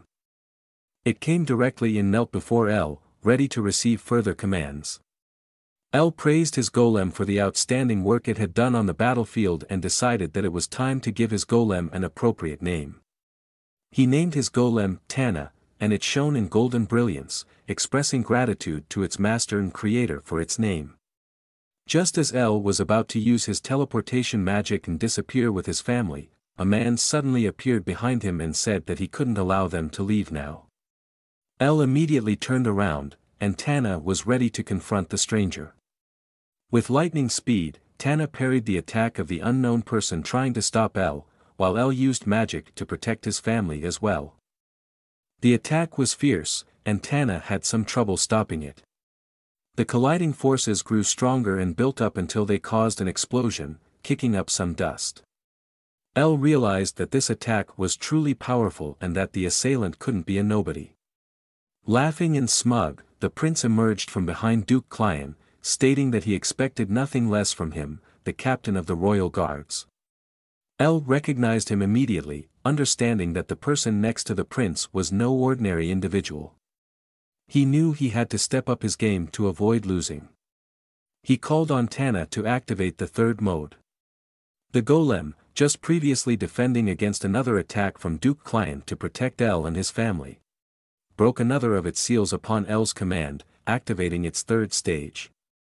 Tana raised a hand and effortlessly blocked Duke Client's attack. He even managed to push back the Duke and the Prince slightly. However, when Client noticed that he was being forced into a defensive position, he halted his assault and curiously asked L who he was. He was amazed and acknowledged L's talent, but also pointed out that someone with such talent should normally fight on the kingdom's side.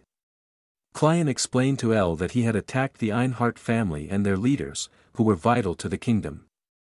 This act was akin to declaring war directly against the kingdom. L listened to Duke Client without appearing to resist. The Duke continued, stating that he didn't really want a conflict with him but felt he had no other choice given the circumstances.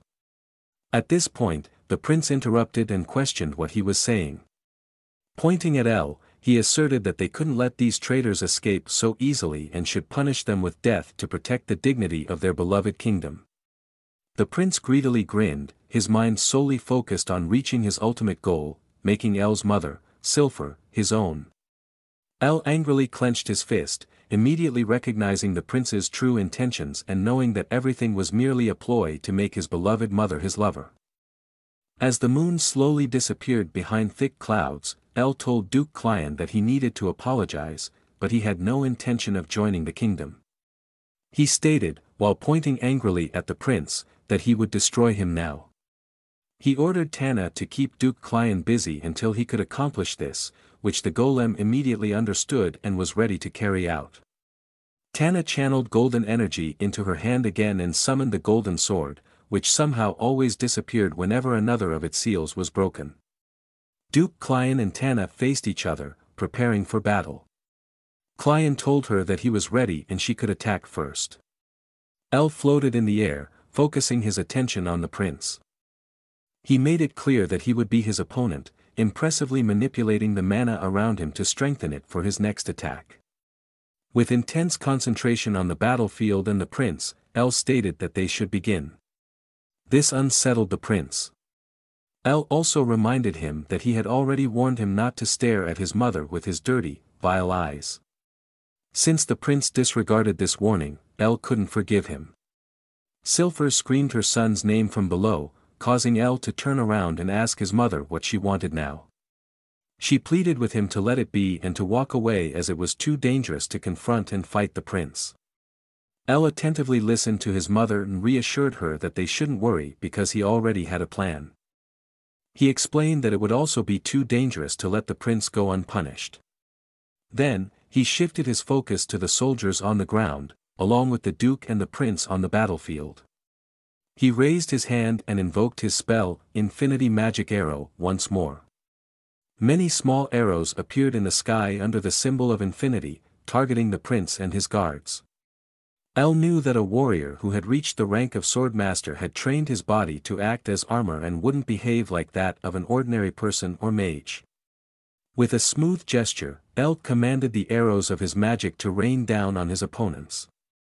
The guards defended themselves by holding their hands above their heads and slightly ducking to fend off the arrows. However, L realized that this attack wasn't meant to cause significant harm but rather to disrupt their formation. Swiftly, he conjured a large hammer and attacked the prince to disorient him. The prince could only marvel as L suddenly appeared before him and struck him. With a powerful and critical hit, L swung his hammer, directly impacting the prince, sending him flying far away and visibly inflicting damage. In the end, the prince and his guards were lying on the ground, bleeding and groaning from the severe injuries they sustained. L rested his massive hammer on his shoulder, realizing that this attack should have caused significant internal wounds to the prince. He knew that external wounds could be easily healed with divine magic. But the inner wounds would take more time to successfully mend. Duke Client was still engaged in combat with Tana but still managed to ask, upon seeing the prince defeated, how he was doing. Duke Client wanted to help the prince but also realized that if he was distracted for even a second, he would be seriously endangered, as Tana was an honorable adversary for him. Tana gained the upper hand in the fight, pushing the Duke further into a defensive position. Just as it seemed Tana would win the battle, El commanded her to stop and return to the interdimensional space. Tana immediately understood her master's command and signaled this with a brief upward glance from her eyes through the slit in her helmet. Tana glowed and was about to vanish into the interdimensional space when the Duke yelled that he wouldn't let her escape so easily and launched another attack. Many small magical sword blades appeared around him, aiming at Tana, who was still in the process of vanishing. The Duke's swords flew at lightning speed towards her and struck her all over her body. There was a critical hit on her arm, causing it to fall off and crash to the ground. The Duke laughed with satisfaction as he realized that his attack had an effect on the golem. However, not even a full second later, Tana's arm reappeared on her body. She moved it around to ensure it was properly attached.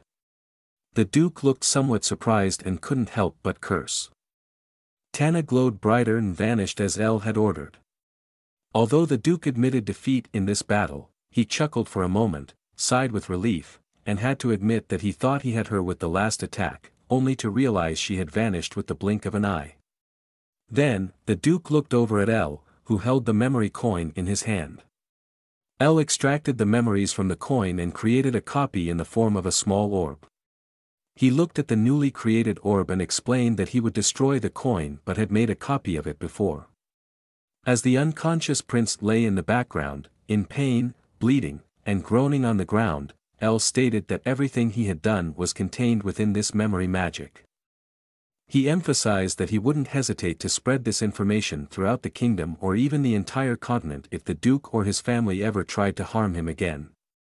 His mother and sisters ran to him and were relieved that everything had turned out well and that he wasn't hurt. El turned to Duke Clion and apologized for the disturbance and inconvenience. As he used his magic and the runes of his teleportation spell appeared around him, he told the Duke that he hoped they would never meet as enemies again and bid him farewell.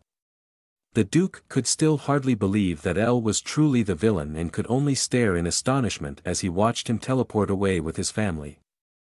Duke Clion was not a bad person and also admitted that El was truly a genius, wishing he had met him under different circumstances.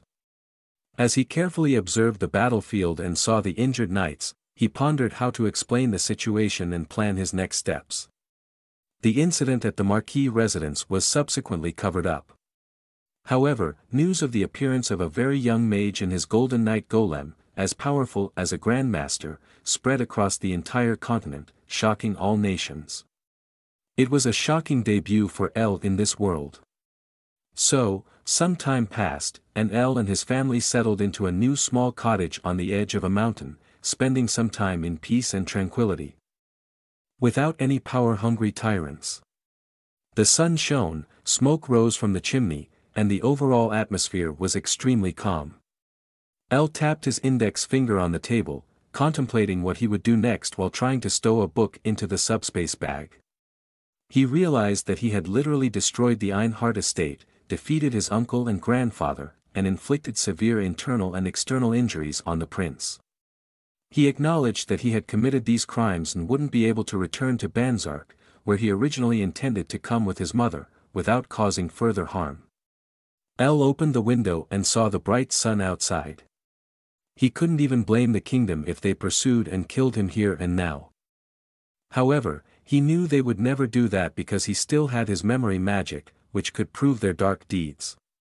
Moreover, as he stood by the window and enjoyed the tranquility, he realized that he had learned a lot during the fight. His spell casting time, the time he needed to prepare his spells, and his ability to combine spells were better than that of any other mage on the continent. He was also confident that he would become even stronger if he learned a few support spells. He also recognized the amazing potential of Tana, his golden knight golem. He recalled that he had managed to overpower even the Grandmaster Duke and briefly gain the upper hand. The last 5 years of hard work he had invested in his skills and his golem had not been in vain and would finally bear fruit. It was definitely worth putting so much effort into himself and his golem. He knew that if he could produce more of them, he might be able to conquer the whole world with such an army. However, he was also aware that it would take 3 years to create such a golem, and the cost of such production was very high and couldn't be easily borne. Additionally, El realized that the most important lesson he had learned from the battle against the Marquis and his son was that the power of a group exceeds that of an individual and that there were things he couldn't handle alone. In such cases, he had to accept help. After the fight, as rumors about El spread throughout the world, many nations began to hire people to search for him. El was sure that some of these individuals were not necessarily friendly and had evil intentions. He rested his face on his hands, contemplating that he would need to further develop himself before these people could reach him. However, he didn't yet know how to achieve that. Suddenly, there was a knock on the door, and as El turned around, his mother asked if she could come in. He said she could, inviting her into his room. She entered along with his 2 sisters, Serena and Kaina. Serena and Kaina looked relatively happy, but his mother seemed somewhat agitated and had a sad expression. El asked what was wrong, knowing that since the incident, everyone had been a bit awkward and needed time to digest what had happened. His mother nervously played with her hands and hesitantly asked her son how long he had been so strong. El explained that he had hidden his strength because he knew nobody would believe that he could have reached such a level at such a young age. He also told his mother that he had been afraid of putting her in danger if the wrong people found out how powerful he really was. He didn't want to reveal more to his family, not even that he had lived another life in a different world. So, El simply said that he was still her only son, despite having such incredible power. His mother believed him and softened her saddened face. She realized that, despite everything, he was still her son. The son she had raised and who came from her beloved husband. She apologized with a happy expression and said she was sorry for treating him differently without knowing he had his own reasons. El tried to lighten the mood further, jokingly wondering what she would think if he gained many fans by sharing and revealing his identity as a genius in magic. His mother laughed and told him to stay humble. With a smile on his face, El continued to joke around with his mother, telling her and his sisters that he had something important to discuss with them. They were curious and looked at their brother, asking what was so important that he wanted to discuss it with them. Due to the incident at the Ainhart family estate, which he was responsible for, El explained that they could no longer return to Banzark. He pointed to a spot on a map and said that he had been thinking about what they should do. He explained that there were a total of 5 kingdoms in the west of the Serdian continent, and many mage towers existed in that region. Furthermore, he continued, the West was divided into many smaller 100 nations, which, with a few exceptions, were mostly weak nations without many mage towers. El said with a radiant smile and full of excitement that he planned to create his own magical tower there. Kaina was somewhat confused and asked if she had heard correctly, that he wanted to create his own magical tower.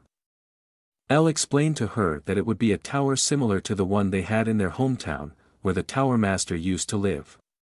He further explained to his family that only level 7 mages would be able to create such a magical tower. Such a tower would be strong enough to kill thousands of soldiers in a war, should one break out. Consequently, nations would be willing to invest a lot of money in such a construction project.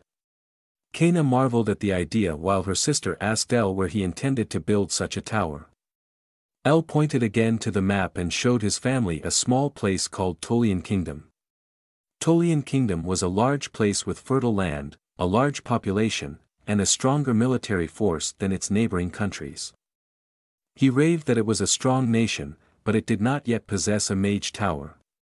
He also mentioned that the surrounding land was inhabited by monsters, and the locals suffered significant losses every year due to this fact, especially in a small place called Manticore Valley. El said that if they were to offer to destroy this place for the Tolian Kingdom, they would surely appreciate the gesture. His mother asked if he had more to tell and contemplated what she would think of the proposal. El continued by saying that the king was a good person, and the aristocrats around him trusted and believed in him. However, he also admitted that the princes were having a dispute among themselves, which the king could not resolve. L's mother asked if this was a problem. To which L replied that it was neither good nor bad but irrelevant to his plan. He knew that the princes were mages interested in power but also mentioned that a mage tower would not usually get involved in political matters, so it didn't matter. The main problem they would need to address for his plan to work were the monsters living in the Manticore Valley and the nearby orc forest. L was sure that the military force of the Tolian Kingdom would be sufficient to deal with the orc forest, but if they were to focus all their forces there, they wouldn't be able to handle the Manticore Valley. So, L explained that he would take over this valley, and if he succeeded, it could expand the influence of the kingdom. Kaina, L's mother, and Serena stood in the room, pondering. Kaina gathered her courage and was the first to ask her brother if they could also find a master for her to teach her swordsmanship. L had to admit that this was something they should also pursue. While he could show her some breathing techniques, as he wasn't a master of swordsmanship, he couldn't provide further assistance. So, he told her that they would surely find a suitable teacher for her there, considering the presence of a powerful military force. Kaina was overjoyed and thanked him. However, Serena also wanted to become stronger and asked her brother if he could help and continue to teach her. Folding her hands together, she explained that she had felt very weak during the events at the Ainhart family estate. Originally, she thought she could defend herself, but when she saw L fighting against the Marquis and his son, she realized that she wasn't as strong as she had imagined. With determination and ambition, she expressed her desire to become stronger. This surprised L but also made him radiant and happy. He wanted to fulfill his sister's request gladly. Their mother also stated that she wanted to become stronger and asked to be taught by him as well. Well, maybe you should start by using your brain, that would already help a lot, he joked. Everyone looked happily at L, sharing the common desire to become strong. He wanted to help them all and asked if they agreed, smiling at them. Afterward, it was time to leave their cozy home and prepare for the next adventure to travel to Tolian Kingdom. In the nearby forest, faint noises were heard. The king of Tolian Kingdom was out with a guard and stopped in the middle of the path when he heard the sounds.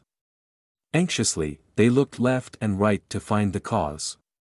One of the guards warned the king to be careful, informing him that the monster rate in this forest was higher than ever before. Worriedly, the king wondered if civilians would continue to be in danger under such circumstances and if there was no hero who could save them. Suddenly, a black and eerie shadow in the form of a devil appeared before them, observing them. Nevertheless, the king and his guards continued their way, despite the dangerous forest and the noises. Eventually, they reached a cliff from where they had a beautiful view of the Tolian Kingdom. The realm lay in the middle of the water, surrounded by a kind of small mountain with a small harbor and a bridge to the mainland. The king sat down at the edge of the cliff, deep in thought, when suddenly another man approached him from behind. It was Duke Laius, a friend of the king, who asked him what he was pondering, if he was worried, and if there were any problems. The king, looking troubled, explained to his friend Laius that he was thinking about his 3 sons. He described how the conflict between them over who should be his successor was worsening day by day.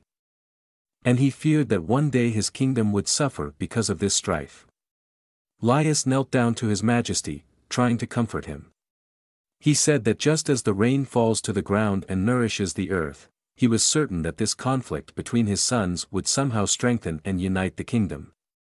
He further explained that he believed the king should appoint his 3rd son, Prince Judmian, as the crown prince for the good of the kingdom.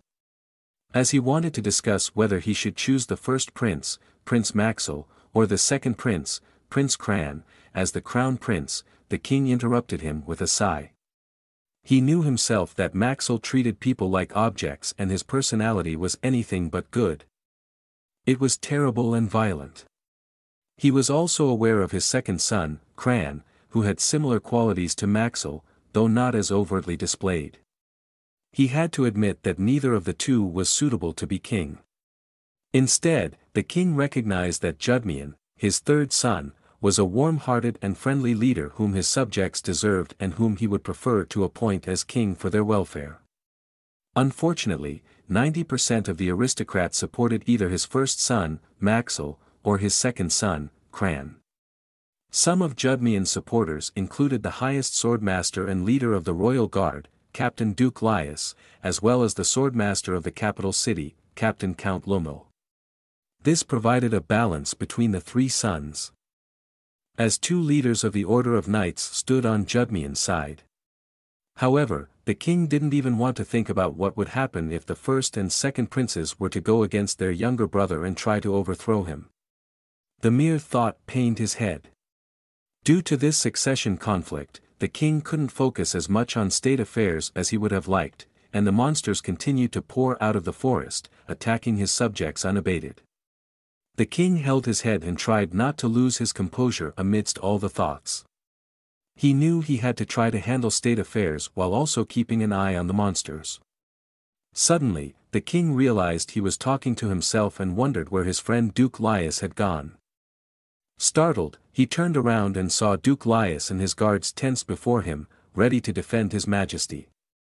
Cautionarily, Duke Lias drew his sword and urged the king to stay back and be cautious. The guards realized that they were surrounded.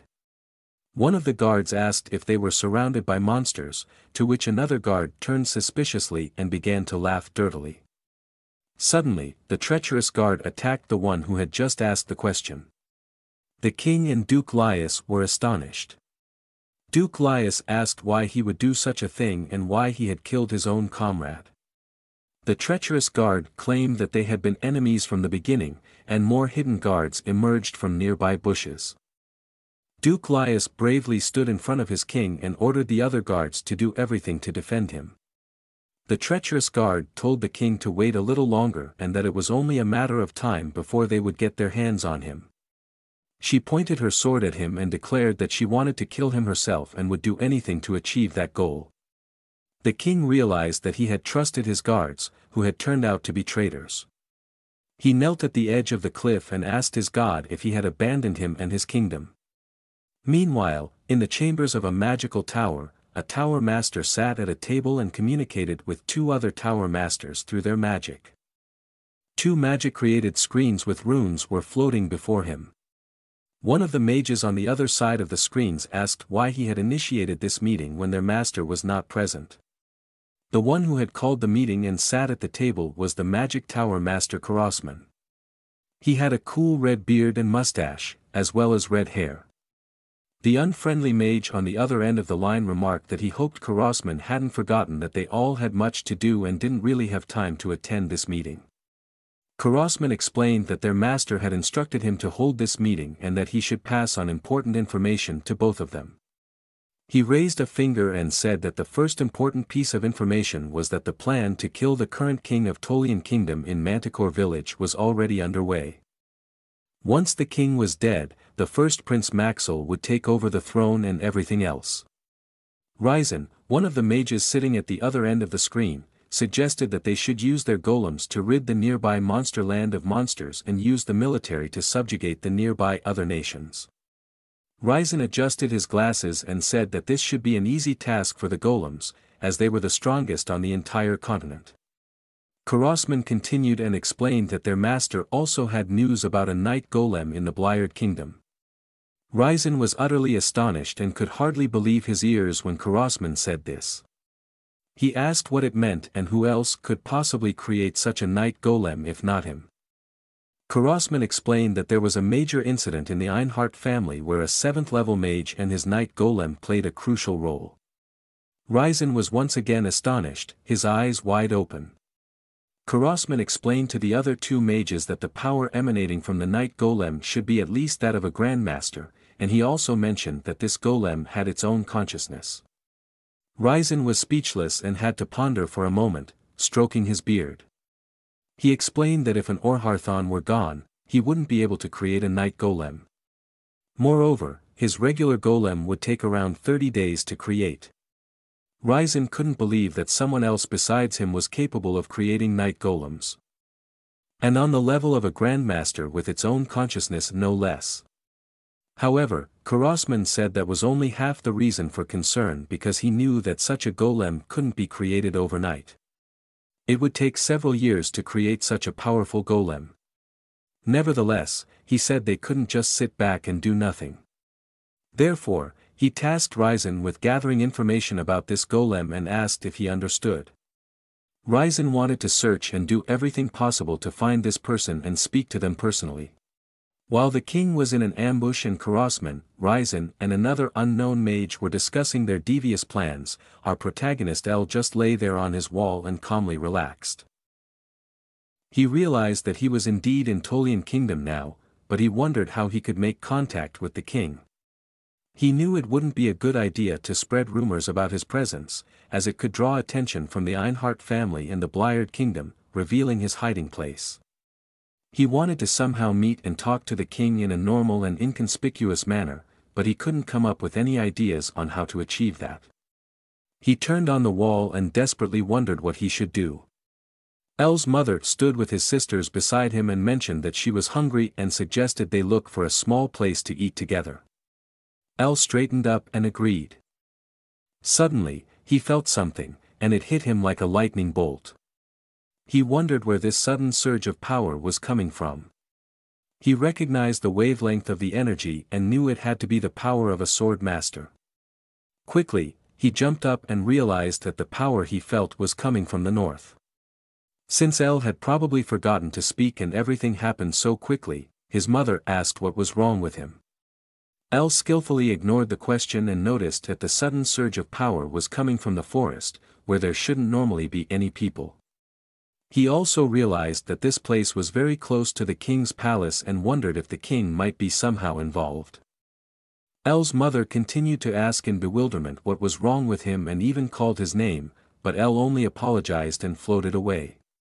He told his family to go ahead and have their meal without him. Duke Laius and his loyal guards, who were not treacherous traitors, surrounded their king and did their best to defend him. However, Laius recognized that many enemies were taking advantage of the cover of darkness and using this opportunity to ambush the king. He knew that if the situation didn't change soon, there could be serious danger, and the king would die. Suddenly, one of the enemy knights attacked, shouting the king's name. Faced with the sword swinging towards him, the king wondered if this was his end. However, just in time, L created a shield in front of the king, who had rolled up behind him, deflecting the attack of the knight. The king looked around in astonishment, wondering what had just happened and what had protected him from the warrior's attack. L floated onto the battlefield and said he had no idea what was happening, but he didn't like the idea of someone being ambushed so treacherously in the cover of darkness. He found it to be a bad sign and didn't want to let the attackers simply escape. L looked down at the battlefield and asked the enemy soldiers if they needed a moment to come up with excuses. However, they remained in their fighting stance and said nothing. L thanked them for giving him the opportunity, but he also made it clear that they would still die. The king and his followers were puzzled and couldn't quite understand who L was, what he was going to do, and why he had appeared just now. One of the king's loyal knights shouted at L to please save his majesty. L was shocked to find out that he had just saved the king, while Laius took a more rational approach and told the knight not to act hastily, as L could also be an enemy. L looked at the king and realized that he was indeed King Lidolf of Tolian Kingdom. He turned his gaze to the enemy soldiers and said that he now fully understood the situation and had recognized the enemy knights who were after the king. He explained that he wouldn't spare them for such an act. L raised his hand and shaped a small orb with the swirling mana and the words, misery and destruction, which then expanded into a large portal behind him. Shortly after, one could see Tana's hands making their way through the portal and practically tearing it open. L summoned his golden knight golem right at the beginning of the battle, standing behind him and ready to fight once again for his master. The king and his duke were astonished by this spectacle.